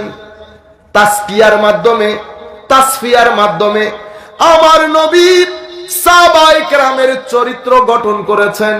সততা, সত্যবাদিতা, ন্যায়পরায়ণতা, উদারতা, সব সচ্চরিত্রে সাহাবায়ে কেরামকে আমার নবী সৌন্দর্যমণ্ডিত করেছেন। কারণ এই জিনিস যদি না থাকে, জিহাদে আসগর করে স্বাধীনতা রক্ষা করা যাবে না। আপনারা বুঝতে পেরেছেন? আমি অনেক লম্বা কাহিনীকে শর্ট করে বলি। আমার নবী যখন মদিনা শরীফ আসলেন, মদিনা শরীফ নামার পরেই আমার নবীর জীবনের স্বাধীনতা শুরু হয়। এতদিন আমার নবী 13 বছর মক্কার জমিনের মধ্যে এরা আমার নবীকে ধারাবাহিক মেন্টাল টর্চার করে করে আমার নবী সাল্লাল্লাহু আলাইহি ওয়াসাল্লামের উপর একটা জুলমের স্টিম রুলার চালিয়ে রেখেছে তারা। আমার নবী যখন মদিনা শরীফ এসেছে, যেই দিন, মনে রাখেন, যেই দিন আমার নবী মদিনা শরীফ তশরিফ এনেছেন, এটা আমার নবীর স্বাধীনতা দিবসের মতো ছিল। এটা আমি এখন একটা হাদিস বলি। হযরত ইমাম আহমদ হাম্বল রাদিয়াল্লাহু ওনার মুসনাদের মধ্যে হাদিস বর্ণনা করেছেন। আন আনাসিন রাদিয়াল্লাহু তাআলা আনহু قال كانت الحبشة يزفنون بين يدي رسول الله صلى الله عليه وسلم ويرقصون ويقولون محمد عبد صالح فقال رسول الله صلى الله عليه وسلم ما يقولون قالوا يقولون محمد عبد صالح صلى الله عليه وسلم। হযরতে আনাস বিন মালিক রাদিয়াল্লাহু তাআলা আনহু থেকে বর্ণিত, উনি বলছেন, কানাতিল হাবাশাতু ইয়াজফিনুনা বাইনা ইয়াদাই রাসূলিল্লাহি সাল্লাল্লাহু আলাইহি ওয়াসাল্লাম। আর অনেক হাদিসে পাকের মধ্যে এই হাদিসগুলো এসেছে। হযরত আনাস বলছেন, হাবাশা ইথিওপিয়ার লোকজন, হায় হায়, আমার নবীর দরবারে ওই তারিখ, যেই তারিখে আমার নবী হিজরত করেছেন মদিনা শরীফে, সেটা কোন তারিখ? সেটা 12ই রবিউল আউয়াল ছিল। আমার নবীর এই সাহাবীরা ইথিওপিয়া থেকে নিজেদের সংস্কৃতি, কালচারাল কিছু ইনস্ট্রুমেন্ট ছিল, তাদের ইনস্ট্রুমেন্ট আমাদের যেরকম গ্রামীণ কিছু বাদ্যযন্ত্র আছে না, এরকম কিছু ইনস্ট্রুমেন্ট নিয়ে তারা মদিনা শরীফ আসতেন। মদিনা শরীফ এসে মসজিদে নববীর দুয়ারের মধ্যে তারা এগুলা বাজাইতো। ওয়ায়ার কুসুন, এগুলা বাজাই বাজাই তারা হেলে, আমরা বলি না নাচ করত, আমি নাচ শব্দটা ব্যবহার করছি না, রাক্স করত। আমরা কাওয়ালির মধ্যে রাক্স করি না, রক্স করত। এখন অনেকে আমাদের ভারী হয়ে যাচ্ছে না জিনিসগুলা, না জানার কারণে আমরা অনেক কিছু করি। হিউম্যান নেচার আপনি অস্বীকার করতে পারবেন। মানুষের ভিতরে কিছু মানুষকে আল্লাহ অনেক ইমোশনাল করেছেন, তাদের সামনে যখন আপনি নাচ পড়বেন বেহুশ হয়ে যায়। কেউ আছে জিক্র ইলাহি করলে বেহুশ হয়ে যায়, এটা মানুষের নেচার। সাহাবায়ে কেরাম কি করছেন? ইয়ারকুসুন, তারা নিজেদের বাদ্যযন্ত্র বাজিয়ে মস্তের মধ্যে নাচানাচি করছে, হায় হায় হায়, রক্স করছে। এরপরে তাদের ইথিওপিয়ান ভাষায় কিছু একটা বলতেছে, আর তারা হায় হায়, আমার নবী বলছেন, তখন আমার নবী, অন্য হাদিসের মধ্যে এসছে, আমার নবী দেখছেন এই আওয়াজ কোত্থেকে আসে। হযরতে আয়েশা সিদ্দিকা রাদিয়াল্লাহু তাআলা আনহা বলছেন, আমরা ঘরের দরজা ফাঁকা করে দেখছি, আমি আমার নবীর পেছনে কাঁধে হাত দিয়ে আমিও দেখছি, আমার নবীও দেখছেন। নবী কিছুক্ষণ পরে বললেন, আয়েশা আর দেখবানি? হযরত আয়েশা বলতেছেন, আমি আরো একটু দেখব। আবার নিজেও বলতেছেন, আমি বয়সে অনেক ছোট ছিলাম, আমার দেখতে ইচ্ছে করতেছিল। হায় হায়, হাদিসটা আছে এখানে। তখন আমার নবী বুঝতে পারছিলেন না ইথিওপিয়ান সাহাবায়ে কেরাম নিজের ওই ভাষায় কি বলতেছেন। আমার নবী একজনকে ডেকে পাঠালেন, বলে জিজ্ঞেস করে দেখো তারা তাদের ভাষায় এটা কি বলছে। তারা এই কথা বলে বলে ওই তাদের বাদ্যযন্ত্রগুলা বাজিয়ে তারা নাচানাচি করছে, আনন্দ উল্লাস করছে। তখন একজন গিয়ে জিজ্ঞেস করলেন, এটার আরবি কি? তো বলা হলো তারা তাদের জবানে বলছেন, মুহাম্মাদুন আব্দুন সালেহ, মুহাম্মদ সাল্লাল্লাহু আলাইহি ওয়াসাল্লাম বড় ভালো মানুষ। হায় হায়, এটা বলে বলে, কারণ কোন জায়গা থেকে তাদেরকে টেনে এনে আমার নবী মানুষ বানিয়েছেন, অধিকার দিয়েছেন। বেলাল রাদিয়াল্লাহু তাআলা আনহুর মতো ব্যক্তি, যার উপর অত্যাচারের স্টিম রুলার, সেই বেলালকে আমার নবী আমার নবীর মুয়াজ্জিন বানিয়েছেন। কুল কায়নাতের জন্য আজকে আমার নবীর মুয়াজ্জিন হযরতে বেলাল রাদিয়াল্লাহু তাআলা আনহু। আরবরা যখন আমার নবী এই দ্বীন নিয়ে এসেছেন, আরবরা একজন আরেকজনের সাথে বলাবলি করতেছে, দেখছনি নতুন একটা দ্বীন, বেলাল বলে এখন আমাদের পাশে বসে আমাদের সাথে কথা বলবে। মানে বেলাল তাদের পাশে বসবে, এটা তাদের ভিতর গ্রহণ করতে পারছে না। আর আমার নবীর দ্বীন বলছে বেলাল পাশে না, বেলালকে আমি মাথায় বসাবো। তুমি পাশের কথা বলতেছো। বুঝতে পেরেছেন আপনারা? আমার নবী সাল্লাল্লাহু আলাইহি ওয়াসাল্লামের এভাবে স্বাধীনতা দিবস সাহাবায়ে কেরাম পালন করেছেন। আপনি ইচ্ছে করলে ডিসএগ্রি করতে পারেন, দ্বিমত পোষণ করতে পারেন, আপনি আরেকটা নাম দিতে পারেন, কিন্তু এই পয়েন্ট থেকে বের হইতে পারবেন না, এই পয়েন্ট থেকে বের হইতে পারবেন না। আমি আপনাদেরকে যেটা বলতে চাচ্ছিলাম যে আল্লাহ রাব্বুল আলামিন আমার যেই নিয়ামত আল্লাহ আল্লাহর নবীকে দান করেছেন, এরপরে আমাদের, আমি আপনাদেরকে বলেছি না, রক্ষা করাটা কঠিন বেশি। আমার নবী সাল্লাল্লাহু আলাইহি ওয়াসাল্লাম 10 বছর মদিনা শরীফের মধ্যে ছিলেন। আমার নবী রাত দিন এক করে দিয়েছেন আমাদের কাছে এই দিন সুষ্ঠু রূপে পৌঁছানোর জন্য।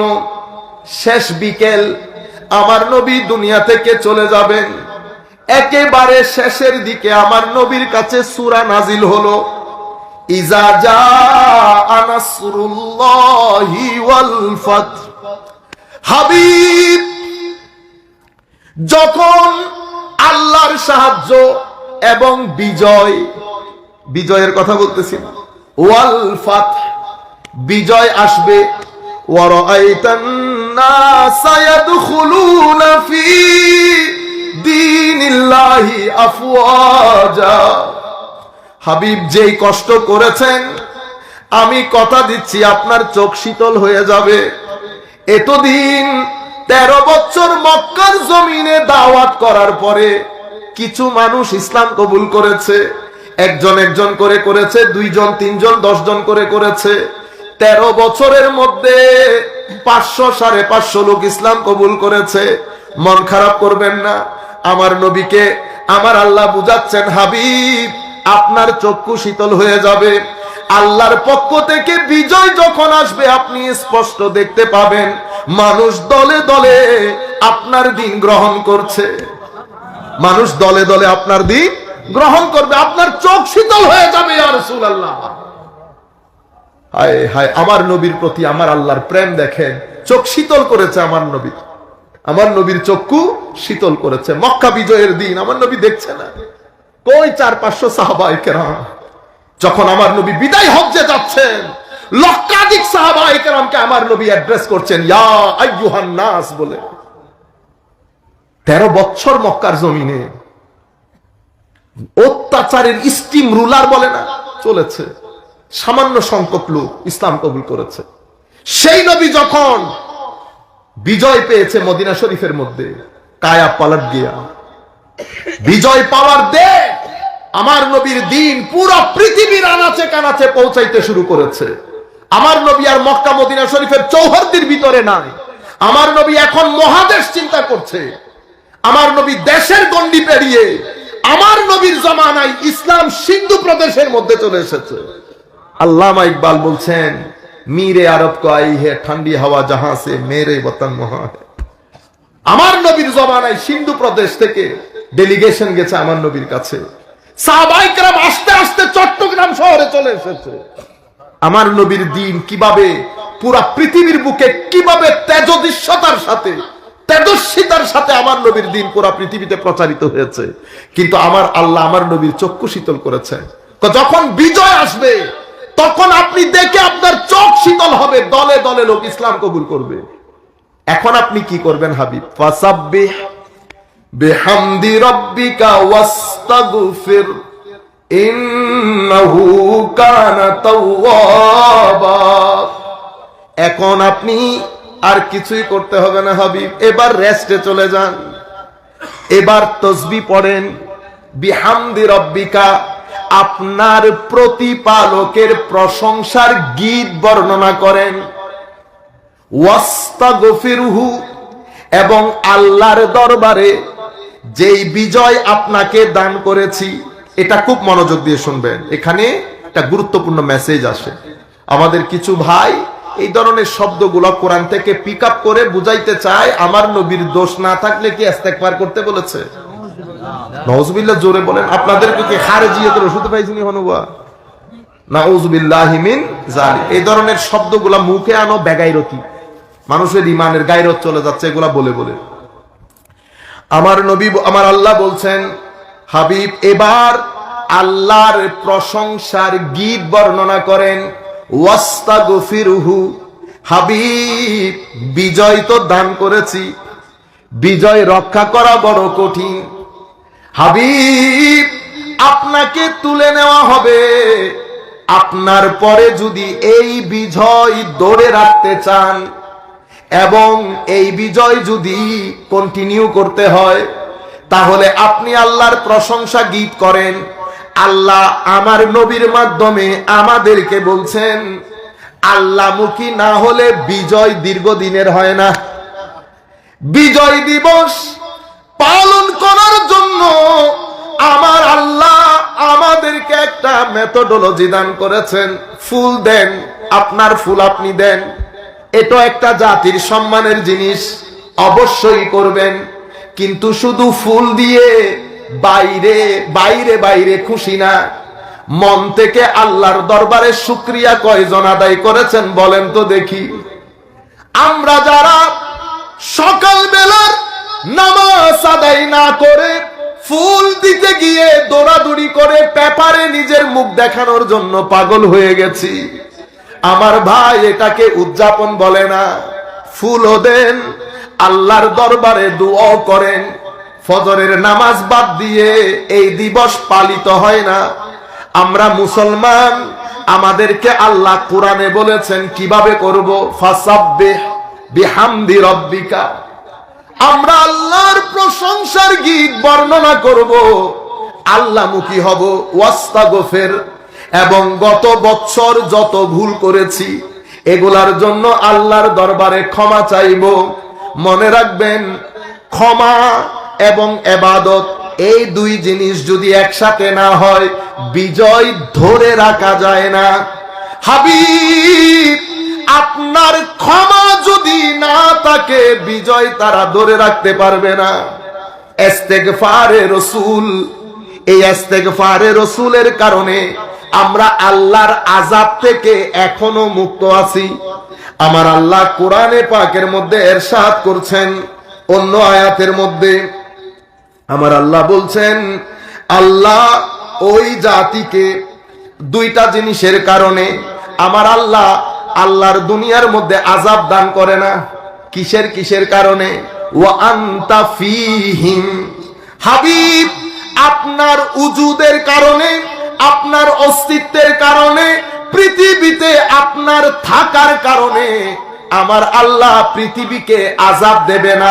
এক, আরেকটা বিষয় হচ্ছে এখানকার মুমিন বান্দারা যাদেরকে আপনারা আন্ডার এস্টিমেট করেন, যাদেরকে আপনারা পাত্তা দিতে চান না, অথচ তাদের মুখের দুয়ার কারণে আল্লাহ পৃথিবীতে আযাব দান করে না।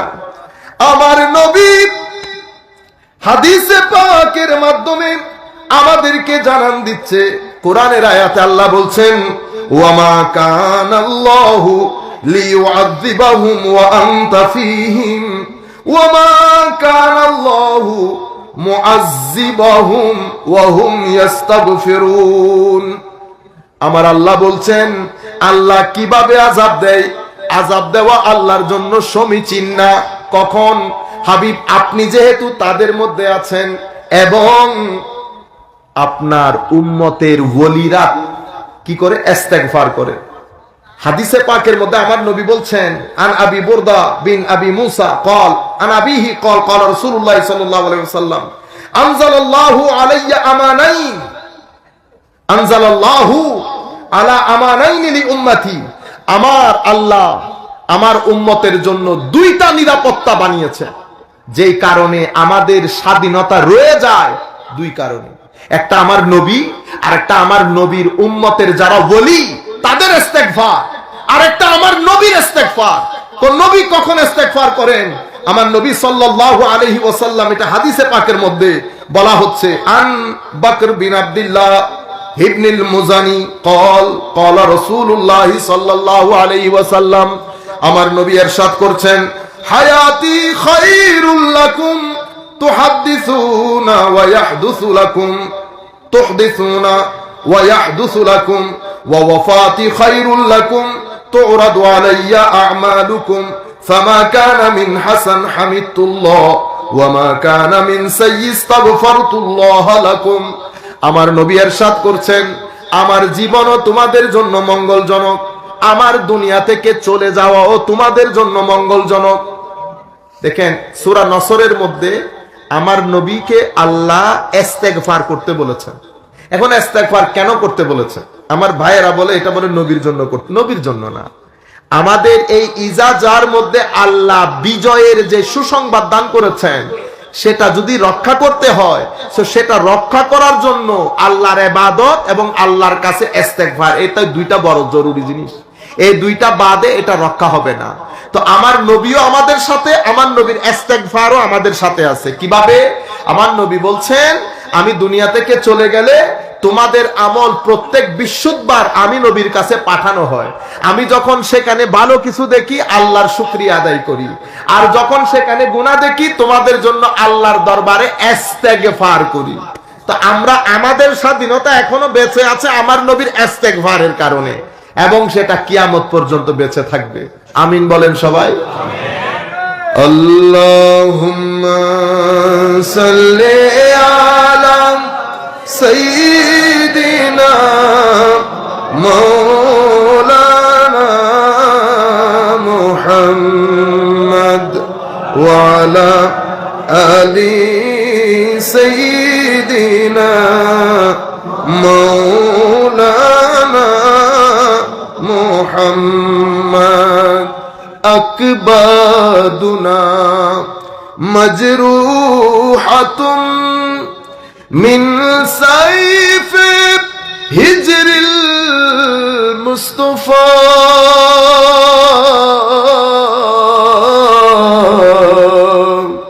তুবা লি আহলে বলদতিন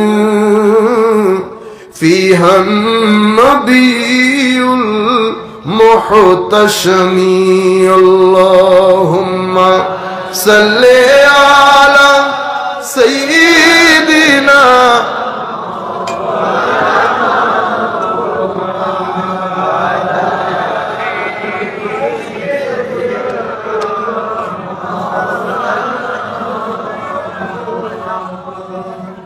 সম্মানিত উপস্থিতি, আমার আল্লাহ ওই যে বনি ইসরাইলকে বলেছি না, আমাদের সাথে বনি ইসরাইলের উপর যা গেছে আমাদের সাথে তা যাবে।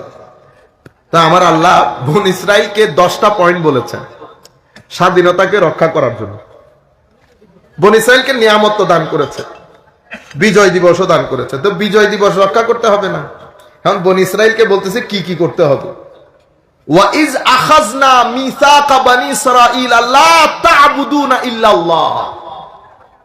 আমি হাবিব স্মরণ করুন সেই সময়ের কথা যখন আমি বনী ইসরাইল ওদের কাছ থেকে ওয়াদা নিয়েছি। ওয়াইজ আখাযনা মিসাকা বনী ইসরাঈল, এটা আমি তাদের সাথে আমার এগ্রিমেন্ট ছিল, ওয়াদা ছিল কি, লা তা'বুদুনা ইল্লাল্লাহ, আল্লাহ বাদে আর কারো ইবাদত করবে না। আপনারা বুঝতে পেরেছেন? তো এটা এখন যদি আপনি রক্ষা করতে চান, আপনি এটার বাইরে যেতে পারবেন না। আমার আল্লাহ নিয়ামত যখন দান করেন আল্লাহর নিয়ামত বাদে, এটাকে আমরা এমনিতে পেয়ে গেছি না, তো নিয়ামত যার পক্ষ থেকে আমি তার ইবাদত নিশ্চিত করতে হবে। মনে রাখবেন, আল্লাহর ইবাদত যখন বলে এটা শুধু নামাজের কথা বলে না, মুমিনের সামগ্রিক জীবন ইবাদত পূর্ণ হয়। খেতে কাজ করেন, আইলে কাজ করেন, ঘরে কাজ করেন, ইবাদত হয়। কখন? যখন আপনার নিয়ত পরিশুদ্ধ থাকে। যখন আপনি যেখানে কাজ করেন ভিতরে যদি লফজে আল্লাহ আল্লাহ রাখেন, কষ্ট আছে কোনো কিছু না, তো আপনি কাজ করতেছেন, তো ভিতরে আপনি আপনার কাজ করেন, কাজ সহজ হবে, পরিশ্রম কম হবে, যা কিছু যাবেও জিকিরের সাথে চলে যাবে। আর কিছুক্ষণ পর পর আল্লাহুম্মা সাল্লাল্লাহু আলাইহি ওয়াসাল্লাম, তখন আপনার ভিতরে শয়তান ওয়াসওয়াসা এত তাড়াতাড়ি দিতে পারবে না, প্রটেক্টেড হয়ে যাবে। এগুলা খুব সহজ জিনিস। আরাতে মুখ বাইজন ভরে দেই, কথা তো বলতে হবে, কথা না বললে, কারণ শয়তান কি কাজ করে জানেন? শয়তান দুইটা জিনিস আপনার অনেক বেশি ইউজ করে, একটা আপনার চোখ, একটা আপনার মুখ। চোখ দিয়ে দেখায়, মুখ দিয়ে বলায়। মুখ দিয়ে কি বলায়? এই যে আপনি ইবাদত করেছেন না, ইবাদত করা মানে নূর লোড করা, নূরকে লোড করেছেন, আপনার মুখ দিয়ে আবার এটা আনলোড হয়ে যায়। কিভাবে? আপনি এই ঘর থেকে বের হয়ে আপনাদের ওই যে পুকুর ঘাট আছে না, পুকুর ঘাটকে আমরা বলি সেন্টার অফ গিবত, সেন্টার অফ গিবত। আরেকটা হচ্ছে চার দোকান অথবা পানের দোকান। কেন করেন আমি নিজেও বুঝি না, মানে এত দারুণ করে পৃথিবীতে আমি কোথাও দেখি নাই। আল্লাহ তো অনেক পুরো মোটামুটি পৃথিবীতে আল্লাহ দেখাইছেন। আমি কোন পৃথিবীর মধ্যে মানুষ একসাথে হয়ে আরেকজনের কথা বলা, এটা আমি ওখানেও দেখেছি, আমাদের মধ্যেই দেখেছি। ওখানেও আমরাই করি এগুলা। আমাদের মুরব্বিয়ানে কেরাম পানের দোকানে বসেন, চার দোকানে বসেন, মানুষ বাদে আমাদের অন্য কোনো কথা নাই। আমার নবী সাল্লাল্লাহু আলাইহি ওয়াসাল্লাম হাদিসে পাকের মধ্যে ইরশাদ করছেন, আল্লাহ তোমাদের জন্য তিনটা জিনিস পছন্দ করেন, তিনটা জিনিস অপছন্দ করেন। কি পছন্দ করেন? আল্লাহ ছাড়া যেন কারো ইবাদত না হয়, এটা পছন্দ করেন। ইন্নাল্লাহ ইয়ারদা লাকুম সালাস ওয়া ইয়াকরাহু লাকুম সালাসা। পছন্দ কি করেন? আল্লাহ ছাড়া যেন কারো ইবাদত না হয়, এবং আমরা যেন এক থাকি, বিভিন্ন দলে উপদলে বিভক্ত না হই। এই তিনটা জিনিস আল্লাহ পছন্দ করেন। এবং তিনটা জিনিস আল্লাহ অপছন্দ করেন। যেগুলো অপছন্দ করেন সেগুলোর প্রথম হচ্ছে কিলোকাল, সারাদিন। মনে রাখবেন, আমাদের এই যে সম্পর্কগুলো নষ্ট হয়ে যাচ্ছে, বেশিরভাগ ক্ষেত্রে সম্পর্কের মধ্যে বরকত পাচ্ছি না। কি কারণে? গীবতের কারণে। আপনি যদি গীবত করেন, আপনার ঘরে আপনার স্ত্রীর সাথে আপনার কথায় কথায় ঝগড়া হবে। আপনি লিখে রাখেন, আমি গ্যারান্টি দিয়ে বলছি। আপনি যদি গীবত করেন আরেকজনের কথা, আপনার সাথে আপনার নিকট আত্মীয়, স্ত্রী হোক, ছেলে মেয়ে হোক, অথবা আপনার ভাই ব্রাদার হোক, আপনি সম্পর্ক টিকিয়ে রাখতে পারবেন না। কেন? কারণ আপনি গীবত করে আরেকজনের সম্পর্ককে হুমকির সম্মুখীন করেছেন। এতে আপনার সম্পর্ক হুমকির সম্মুখীন হবে। আমি আপনাকে গ্যারান্টি দিয়ে বলছি, আপনারা এমন মনে করেন যে আমি এমনিতে বলে ফেলতেছি না। কারণ গীবতকে আমার নবী এতভাবে কঠোরভাবে নিষেধ করার মূল কারণ হচ্ছে গীবতের মাধ্যমে সামাজিক সম্পর্ক ধ্বংস হয়ে যায়। সামাজিক সম্পর্ক ধ্বংস হয়ে যায়। আপনি আমার সাথে ড্রাইভ করতেছেন, আপনি আমার সাথে আছেন, আপনি আমার সাথে আছেন, যে কোনো কারণে 3 দিন পরে আপনি নাও থাকতে পারেন। তার মানে কি আপনি এলাকায় এলাকায় গিয়ে আমার কিস্তা বুঝাবেন? কোনো লাভ নাই। আপনি যদি বুঝান আমার কোনো ক্ষতি নাই, বরং আমার গুনাহগুলো দুইটা দুইটা করে আপনার পকেটে চলে যাবে। আমি তো রিল্যাক্সড। আপনার অবস্থা কি হবে জানেন? 3 দিন পর আপনার পুরা বাজারে ঘটনা ঘটে গেছে, আপনি কল্পনা করতে পারবেন না। নাম্বার 1। নাম্বার 2, আপনার সামাজিক যে সম্পর্ক সেগুলো নষ্ট হবে। কথায় কথায় আপনার ঘরে ঝগড়া হবে, স্ত্রীর সাথে হোক, ছেলে মেয়েদের সাথে হোক, ভাই বোনদের সাথে হোক, ঝগড়া হবে। আপনি সম্পর্ক টিকিয়ে রাখতে পারবেন। আপনি আজকে একটা পরীক্ষা করে দেখবেন। এখান থেকে আপনারা যারা আমার বক্তব্য শুনতেছেন, পরীক্ষা করে দেখবেন। কিরকম পরীক্ষা? আপনি গীবত করবেন একদিন, দেখবেন বউয়ের সাথে ঝগড়া হয় কিনা, ভাই বোনের সাথে ঝগড়া হয় কিনা, ছেলে মেয়ের সাথে ঝগড়া হয় কিনা। গীবত করবেন না, এখান থেকে বেঁচে যাবেন। পরীক্ষা করে দেখেন। আমি যদি ভুল প্রমাণিত হয় আমাকে টেলিফোন করে বললেন যে আমি ভুল, দাওয়াতের কাজ ছেড়ে দেব। বুঝতে পারছেন? সুতরাং আল্লাহর ওয়াস্তে তো এটাকে আপনি যদি ফ্রি রাখেন, শয়তান তো ওয়াসওয়াসা দেবে। শয়তানের ওয়াসওয়াসা অনেক কঠিন ওয়াসওয়াসা। সেই কারণে আল্লাহ সূরা নাসের মধ্যে, আমি অনেকবার বলেছি, একই কথা বারবার বলতে চাচ্ছি না, সূরা নাসের মধ্যে আল্লাহ আল্লাহর 3 শক্তি উল্লেখ করে বলেছেন, হাবিব বলে দিন আমি আশ্রয় চাচ্ছি কার কাছে? মানুষের রবের কাছে, মানুষের মালিকের কাছে, মানুষের ইলার কাছে, যিনি মানুষের ইবাদতের হকদার। কি থেকে আশ্রয় কামনা? শুধু শয়তানের ওয়াসওয়াসা থেকে। সূরা ফালাকে যান, হাবিব বলে দিন আমি আশ্রয় চাচ্ছি সেই মহান রবে, যিনি রাতের অন্ধকার ছিঁড়ে দিনের আলো বের করে। একটা শক্তি। কি থেকে আশ্রয় কামনা? যা কিছু অসমীচীন, রাতের ঘুটঘুটে অন্ধকারের অনিষ্ট, এই যে কতগুলা তাবিজ কবজ করে মহিলা, গিটে ফু দেয়, এদের অনিষ্ট থেকে, হিংসুকের অনিষ্ট থেকে, 4টা অনিষ্ট থেকে পানা চাচ্ছে। শক্তি উল্লেখ করেছে একটা, আর এখানে পানা হচ্ছে একটা জিনিস, শক্তি উল্লেখ করেছে 3টা। তাইলে বোঝা যায় না শয়তানের ওয়াসওয়াসা কি পরিমাণ খতরনাক। তা আপনি যদি জবান যদি বন্ধ রাখেন তো এ অন্য কাজে চালিয়ে দেবে। সেই জন্য জবানের মধ্যে দরুদ শরীফ রাখবে। এটা তো আসলে অনেক কষ্টের কাজ না আমার ভাইয়েরা, খুব সহজ। জাস্ট আপনি ভিতরে আল্লাহ আল্লাহ ভিতরে যদি রাখেন কষ্ট নাই, কিন্তু কিছুক্ষণ পরে একটু সাল্লাল্লাহু আলাইহি ওয়াসাল্লাম, আল্লাহুম্মা সাল্লি আলা সাইয়্যিদিনা, শয়তান আর ওয়াসওয়াসা দিবেন। এরপর একটা জটিল কাজ আছে, কাজটা অনেক সহজ। প্রথম 2 সপ্তাহ অনেক কঠিন, সেটা ওযু করা।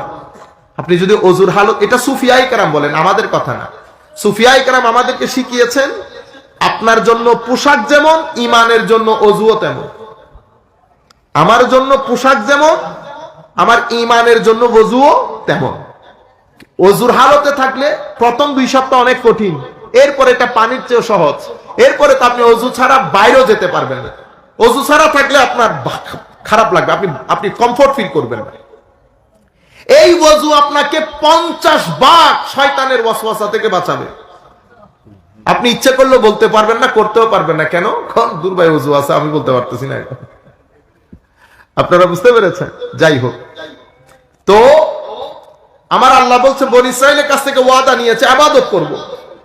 তাহলে আপনি যদি ইবাদত না করেন, বিজয় দিবস রক্ষা হবে না আমার ভাইরা। এরপরে কি? ওয়াইজ আখাযনা মিসাকা বনী ইসরাঈল লা তা'বুদুনা ইল্লাল্লাহ ওয়া বিল ওয়ালিদাইনি ইহসানা। দ্বিতীয় জিনিস হচ্ছে মা বাবা সর্বোচ্চ সম্মানের চূড়ায়। একটা স্বাধীন দেশে, স্বাধীন দেশ মানে পাকা বিল্ডিং আর পাকা রাস্তা না। স্বাধীন দেশের মধ্যে কখনো আপনি আশ্রয় কেন্দ্র, মা বাবার জন্য ওই কেন্দ্র সেই কেন্দ্র, এটা বিজয় দিবস রক্ষা করা না। আল্লাহ বলতেছেন আমি বনী ইসরাইল থেকে এই ওয়াদা নিয়েছি, এটার বিনিময়ে বিজয় দিবস দান করেছি।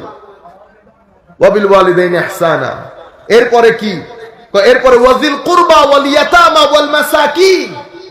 মা বাবার পরে আপনার নিকট আত্মীয়, গরিব মিসকিন এলাকা, এদের লুক আফটার করা, এদেরকে সহযোগিতা করা, সম্মান করা, এটা বিজয় দিবস। এরপরে ওয়াকুলু লিন্নাসি হুসনা, মানুষের সাথে সৎ ব্যবহার করা, ভালো করা, মানুষকে না ঠকানো, মানুষের নিন্দা না করা, মানুষের গীবত না করা, যথাসম্ভব মানুষের সাথে সৎ ব্যবহার করা, সুন্দর কথা বলা, মানুষকে সহযোগিতা করা, মানুষের জন্য উদার হওয়া, এটা বলে যে আমি এটা বনী ইসরাইলের সাথে আমার ওয়াদা, এটার বিনিময়ে স্বাধীনতা দিয়েছি। এরপরে কি? ওয়া আকিমুস সালাহ, নামাজ কায়েম করা, নামাজ কায়েম করা, নামাজ আদায় করা না। আদায় করা এক জিনিস, কায়েম করা আরেক জিনিস। আমরা অনেকবার বলেছি কথাগুলো, একই কথা রিপিট হয়ে যাবে। আদায় তো আপনি করলেন, কায়েম মানে হচ্ছে আমি দেশের কাজের সাথে সাথে, ফাইল সিগনেচারের সাথে সাথে আমাকে নামাজের প্রতিও খেয়াল করতে হবে। কেন? কারণ দুনিয়ার সাথে মিশবো, মাল দৌলত সিগনেচার টাকা পয়সা আমাকে শয়তান জেকে বসবে। আমি যদি ইবাদতের মাধ্যমে আল্লাহর সাথে কানেক্টেড না থাকি, শয়তান আমাকে বায়াস করে ফেলবে। বায়াস করে ফেললে এখানে সমতা, ন্যায় পরায়ণতার মধ্যে বিঘ্ন ঘটবে। সেই কারণে নামাজ কায়েম করা মানি এমন ভাবে নামাজ আদায় করা, 10 গ্রামের মানুষ বলবে ওই তরফ হইবে বহুত বড় নামাজি, ওদের ছেলে অনেক নামাজি। আরেকটা হচ্ছে নামাজ কায়েম করা মানি নামাজের যে ভিতর রু স্পিরিট, সেটাকে নিজের জীবনে বাস্তবায়ন করা। মানি অশ্লীল গর্হিত, আল্লাহ রসুল নারাজ হয় এমন কাজ থেকে নিজেকে বাঁচিয়ে রাখা মানি নামাজ কায়েম করা। কারণ নামাজ এবং মিথ্যা একসাথে যাবে না, নামাজ অশ্লীলতা একসাথে যাবে না। নামাজও করলেন, আবার কিছু জিনিস খুব খারাপ লাগে পুরুষ মানুষের, কি আপনি তো তাই বলে কি আপনি এই গেঞ্জি পরে রাস্তার মধ্যে হাঁটবেন? এটা একটা কথা হইলো। আবার আপনি বলেন নারীর পর্দার কথা। গরম আপনার যেমন লাগে, আমার বোনদের গরম লাগে না? আপনার গরমে আপনি সেন্টু গেঞ্জি একটা পরে পুরা দুনিয়া, এটা কোনো ব্যক্তিত্ব হইলো? এটা তো লজ্জার বিষয়, শরম লাগার কথা। আপনি এখন চলবেন হুজুর এটা নাজায়েজ নি, জায়েজ না জায়েজের কথা বলতেছি না। একজনকে এটা বলার পরে হুজুর এটা কি নাজায়েজ? তা আনলাম এখন একটা প্রশ্নগুলো আপনিও দিতে পারবেন নি উত্তর। বলে তা আনলাম শ্বশুর বাড়িতে গেঞ্জি পরে যাওয়াটা নাজায়েজ বলেন? ইতারা বোধ মুফতিউল বইলি এখন উজুর নয়, ইতারা তো হুজার গরম তো এটা আই যদি আমরা যদি লুঙ্গি আর গেঞ্জি পরে শ্বশুর বাড়িতে যাই, শরীয়ত কি নাজায়েজ বলে? তা আপনি যাবেন? সব জায়েজ না জায়েজের মধ্যে আসতেছেন কেন? আমি জায়েজ না জায়েজের কথা বলতেছি না, এটা তো ফুকাহায়ে কেরাম বলবে, মুফতি যারা, আমরা সাধারণ মানুষ। আমি আপনাকে বলতেছি আপনি গেঞ্জি পরে চার রাস্তার মোড়ে লুঙ্গি একটানে হাঁটুন পরে তুলে কেন করেন এটা? এগুলা করবেন না কেন জানেন আমার ভাই, আমার চাচা?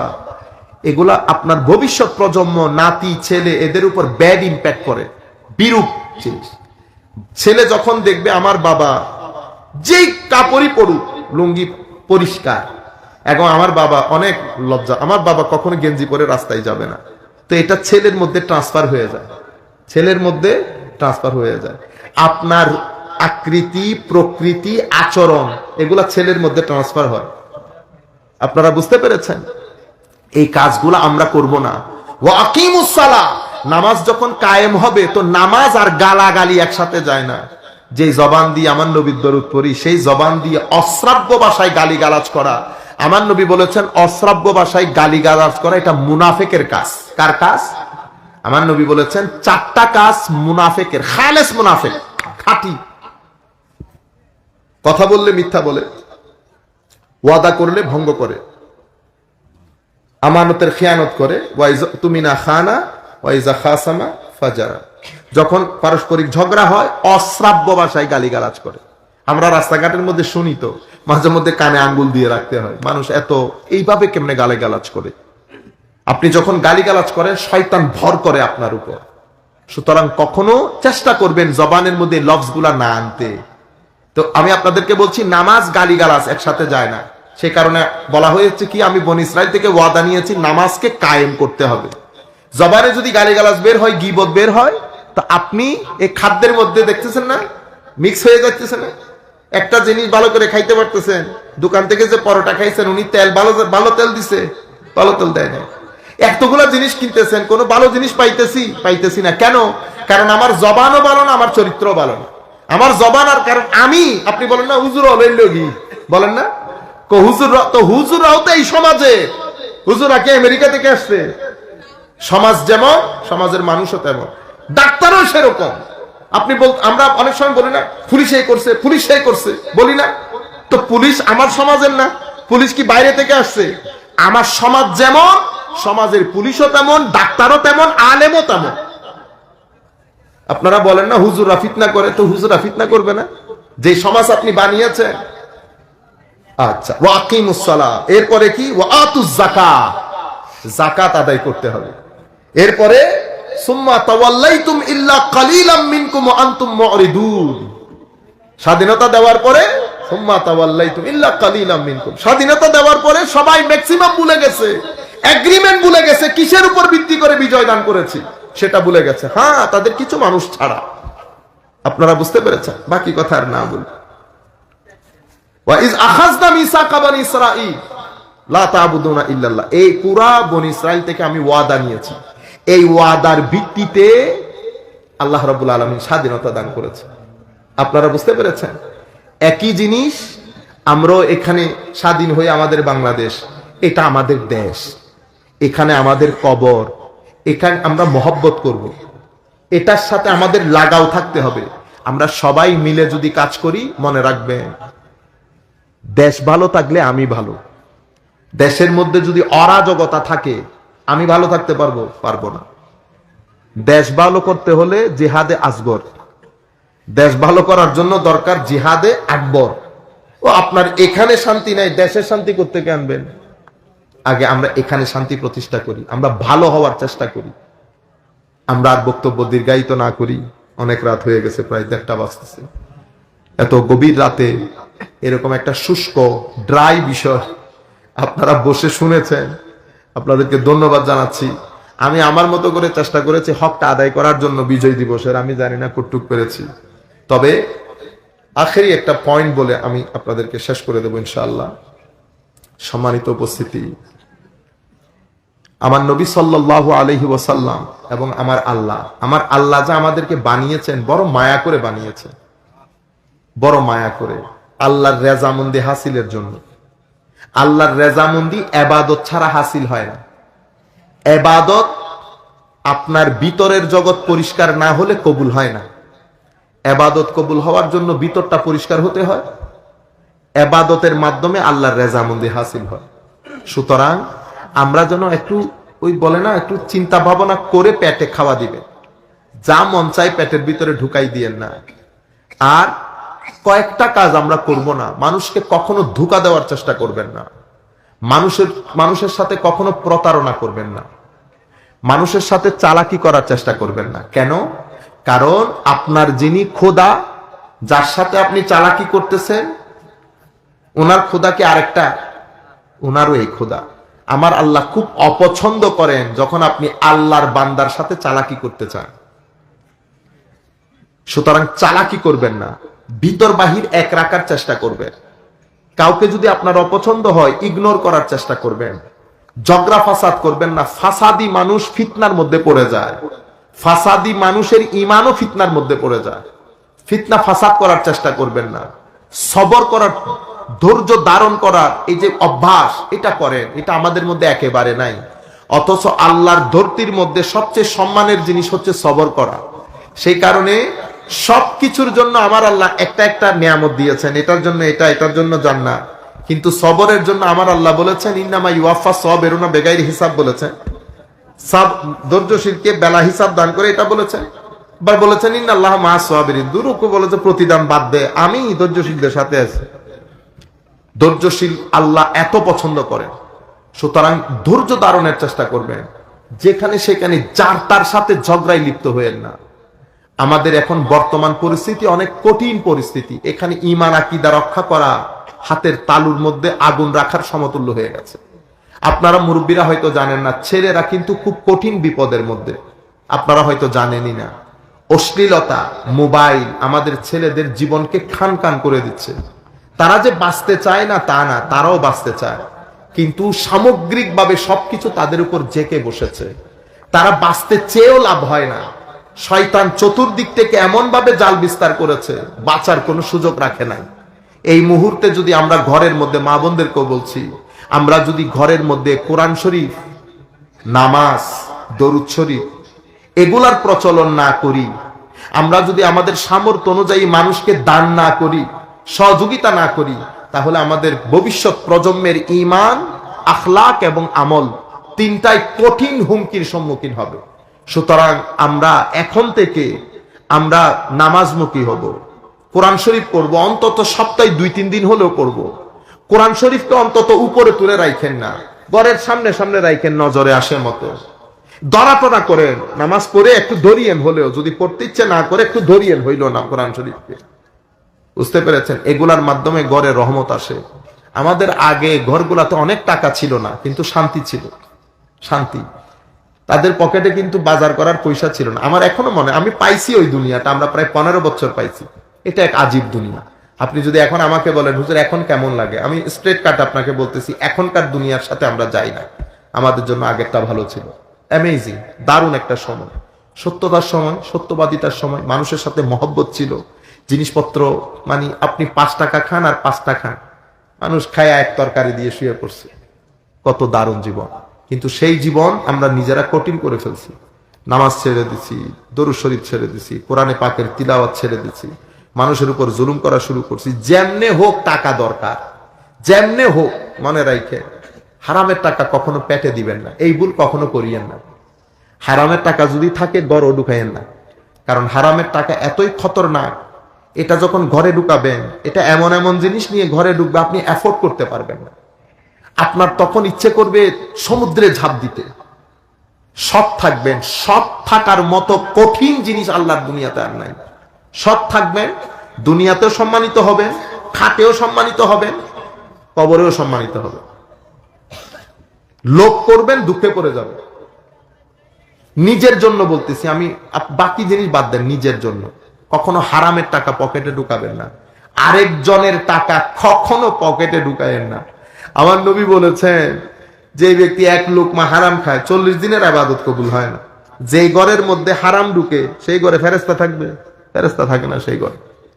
হারাম হারাম হারাম, হারামের টাকা কখনো কাছে টানিয়েন না। চালাকি করে কখনো পয়সা কামাই করিয়েন না। করতে পারতেন, যদি আপনি 2-3 দিনের হতেন, করতে পারতেন। আপনার জীবন আছে, ফ্যামিলি আছে, ছেলে আছে, মেয়ে আছে। যখন আপনি এগুলা করবেন, তখন চিন্তা করে দেখবেন যে আমি বিয়ে করার পরে আমার ছেলে মেয়ে, তুফান যদি শুরু হয় আমার ছেলে মেয়ের উপর, আমার স্ত্রীর উপর, এগুলা খেয়াল করবেন। এখন যাদের বয়স 20-25 বছর, বিয়ে তো করবেন 3 দিন পরে, করবেন তো? তো কোন বিয়ে করলে ছেলে সন্তানও হবে। আমার আল্লাহ যখন উসুল করবেন, উসুল করার সময় বড় কঠিন হবে। আমি সময় থাকলে আপনাকে এক্সাম্পল দিয়ে দিয়ে বলতে পারতাম। এখানে হয়তো সব কথা বলা যায় না, ইংল্যান্ড আমেরিকার হতে খুললা বলতে পারতাম তখন। এখানে আপনারা যত গাড়ি দেখেন, আপনারা গাড়ি দেখে খুশি হয়ে যান, ওর মারমা হয়তো হত্তর গাড়ি, গাড়ি ওর ভিতরে ঢুকিস, আই গাড়ির ভিতরে কি আছে। হায় হায়। শুনেন, যেটা চাইবেন সেটা শান্তির জীবন, টাকা পয়সার জীবন। আমার আল্লাহ যদি টাকা পয়সা দেন আলহামদুলিল্লাহ। আসল চাওয়া হচ্ছে শান্তি। বড় গাড়ির ভিতরে শান্তি নাই। শান্তির জন্য বড় গাড়ির দরকার হয় না, ছোট গাড়ি নিয়েও শান্তিতে থাকা যায়। আপনারা জানেন যে বড় গাড়িগুলো আপনারা দৌড়াইতে দেখতেছেন, আপনারা দীর্ঘশ্বাস দেখেন নাই। যদি দীর্ঘশ্বাস দেখতেন তাইলে আপনারা বলতেন হুজুর বড় গাড়ির দরকার নাই, আই এম মাচ বেটার, আমি অনেক ঠিক আছি, আমার আর কিছুর দরকার নাই। সেই কারণে শান্তি আমার নবীর সুন্নতের মধ্যে, সততার মধ্যে, সত্যবাদিতার মধ্যে। জীবনে কোনো কিছু না করেন, হারাম খাইয়েন না, সৎ থাকবেন, শান্তি পাবেন, সম্মানিত হবেন। খাটের মধ্যে যখন শোবেন, মানুষ, লাখ মানুষ জানাজায় দাঁড়াবে, সবাই বলবে সৎ মানুষ ছিল। আমার আল্লাহ বলবেন সৎ ছিল। মানুষ যদি বলে সৎ, আমার আল্লাহ বলবে সৎ। আর যদি সতের আগে একটা অ লাগাই দেয়, এমনিতে বাংলা অক্ষরে একটা অক্ষর, কিন্তু এটা আপনাকে জান্নাত থেকে কান ধরে জাহান্নামে নিয়ে যাবে। এই অসৎ থাকা। আপনি বলবেন হুজুর সেই দিন, মনে রাখবেন অসৎ মানুষের মৃত্যুর পরে না জান্নাত জাহান্নাম। আপনি এখানে শান্তিতে থাকতে পারবেন, এখানে। আপনি আগে এই আগুনের কথা চিন্তা করেন, দুনিয়ার আগুন আপনি এফোর্ড করতে পারবেন কিনা। ছেলেরা অবাধ্য হবে, এক গ্যারেন্টি, লিখে রাখেন। বললাম না, লিখে রাখেন, ছেলেরা অবাধ্য হবে।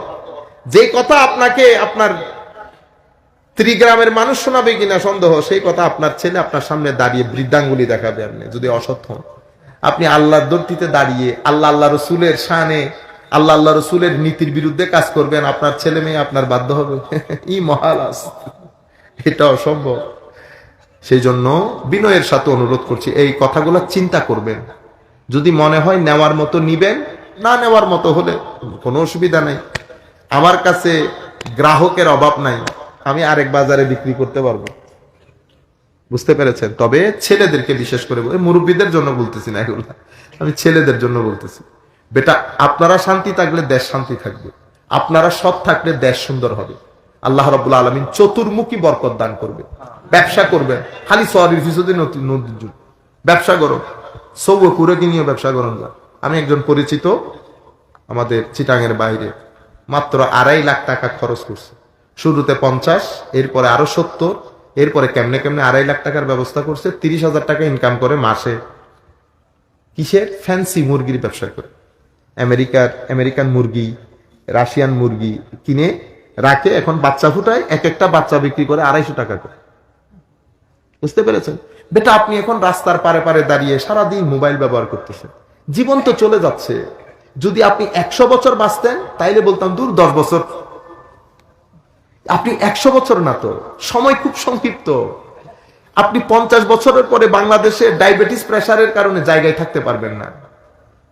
আপনি যদি প্রথম 40 বছর আপনার জীবনের, যদি 50 বছরও ধরেন, প্রথম 50 বছর আপনার জীবনের সবচেয়ে গুরুত্বপূর্ণ সময়। আপনি সবকিছু, আপনার উত্থান পতন এই সময়ের মধ্যে হবে। এই 50 বছরের মধ্যে আপনি যদি ডেইলি 8 ঘন্টা করে ঘুমান, ডেইলি 8 ঘন্টা করে ঘুমান, 60 বছরের জীবনে মানুষ 20 বছর ঘুমায় থাকে। 60 বছরের জীবনে 20 বছর ঘুমের ভিতরে থাকে। তো আপনার জীবনে 60 বছর মানে 60 বছর, 60 বছর না তো 40 বছর। এই 40 বছরে এবার আপনি যা কিছু করবেন, লেখাপড়া আছে, খাওন দাওন আছে, আপনার জীবন নাই।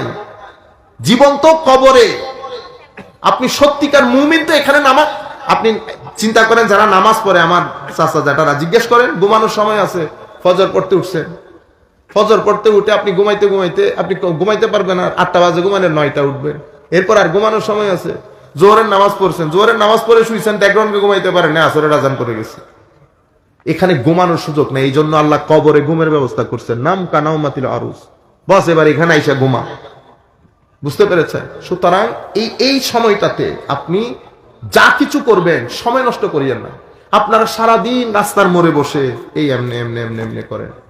আমি আপনাকে ফেসবুক ইউজ করতে নিষেধ, আমরাও করি, অবশ্যই ইউজ করেন, কিন্তু আমি বলতে চাচ্ছি আপনি সমস্ত সময় এখানে ব্যয় করিয়েন না। আমাদের এখানে বাবার হোটেল একটা আজিমুসান হোটেল, বস খাইতেছেন তো খাইতেছেন, খাইতেছেন তো খাইতেছেন না। ইন্টারমিডিয়েট পাস করে ফেলছেন, এবার ইনকামের চিন্তা করেন, লেখাপড়াও চলবে সাথে ইনকামও চলবে, কারণ সেই পরিস্থিতিতে আমাদের দেশ এখন আছে। আপনি ইচ্ছে করলে অনেক কিছু করতে পারেন। আপনি একেবারে কম করে কোন পেশাকে হালকা করবেন না। এখানে আরেক ঢং শুরু হয়। কি ঢং? আমি এটা করতে পারবো না, আমি গরুর সাথে আমি কেমনে যাই, গরু ছাগলের সাথে আমি, ও বাপরে বাপ, একেবারে চৌধুরী।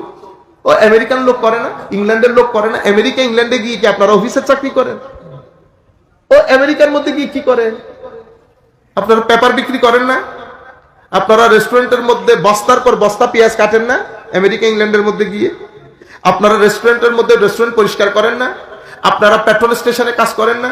পেট্রোল স্টেশনে পেট্রোল ঢালেন না? তো আমেরিকা ইংল্যান্ডে ঢালতে পারলে এখানে আমি আপনাকে বলতেছি না পেট্রোল স্টেশনে পেট্রোল ঢালেন, আমি বলতেছি ব্যবসা করেন, যে কোনো কিছুর ব্যবসা, হালাল ব্যবসা।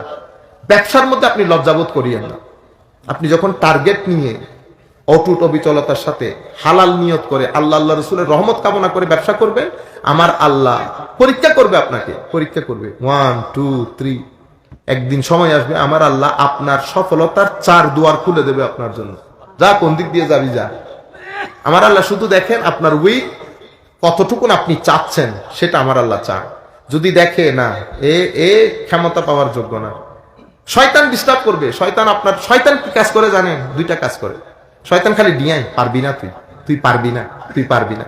যখন এই জিনিস আপনার মাথায় আসবে, আস্তাগফিরুল্লাহ আল-আযীম, আস্তাগফিরুল্লাহ আল-আযীম, আস্তাগফিরুল্লাহ, কুল আউযু বিরাব্বিল ফালাক মিন শাররি মা খালাক, এটা পড়বে, দরুদ শরীফ পড়বে, যেমন এটা সরে যাবে, এটা সরে যাবে। নিজের রূহের আওয়াজ শুনে, রূহ কি বলে আপনাকে, সামনের দিকে যান, প্রত্যেক ইট উঠাই দেখেন ইটের ভিতর নিচে কি আছে। আমরা এটা এমনিতে শুকরানে নিয়ামত না বললেও হয়, শুধু আপনাদেরকে বোঝানোর জন্য, জানানোর জন্য। সেটা কি? ধরেন আমরা পড়েছি আমাদের গ্রামের মাদ্রাসায়, একদম গ্রামের মাদ্রাসায় না। আমি যখন গ্রামের মাদ্রাসায় যাচ্ছি তখন আমার ভাই ব্রাদার সবাই আমাকে নিয়ে উপহাস করতো, হাসি ঠাট্টা করতো, কারণ আমি ছাড়া আর কেউ মাদ্রাসায় নাই। মাদ্রাসায় স্বাভাবিকভাবে যেরকম হয় আর কি। তারা কখনো কেউ কল্পনা করেছে আমি মার্সিডিসে চড়বো? তাইলে আমি গ্রামীণ একটা মাদ্রাসায় পড়ে আমি ইংল্যান্ডের এরকম একটা ইউনিভার্সিটিতে গেছি, এটা তখন কল্পনা করার মতো না। কারণ আপনি যদি বড় স্কুল বড় কলেজে পড়েন তাইলে এটা কল্পনা করার মতো। কিন্তু এখান থেকে আমি আপনাকে বেটা এগুলো বলছি আপনাদের কনফিডেন্সটা ডেভেলপ করার জন্য। মানে গ্রামীণ একটা ছেলে, গ্রামীণ একেবারে মানে নামও জানে না মানুষ মাদ্রাসা, ওই মাদ্রাসা থেকে উঠে ব্যক্তি একটা যদি মার্সিডিজ চালাইতে পারে, মার্সিডিজ, তো এটা তার মানে কি আমার আল্লাহ আপনার ভিতরে যদি চেষ্টা প্রচেষ্টা থাকে, আমার আল্লাহ একটা জায়গায় যেখানে আপনি যেতে চান সেখানে পৌঁছিয়ে দেবে, সেখানে পৌঁছিয়ে দেবে। কখনো দুইটা কাজ করবেন না, অপচয় এবং সময় নষ্ট, এই দুইটা কাজ কখনো করবেন না। সময় এত খতরনাক, হয় সময়কে আপনি কাটবেন নতুবা সময় আপনাকে কেটে চলে যাবে। সময় নষ্ট করবেন না। একটা জায়গা, একটা জমি যদি থাকে সেই জমির মধ্যে সময় দেন। আমার নবী বলেছেন ওইটা সৎকার সওয়াব। কি বলেছেন আমার নবী?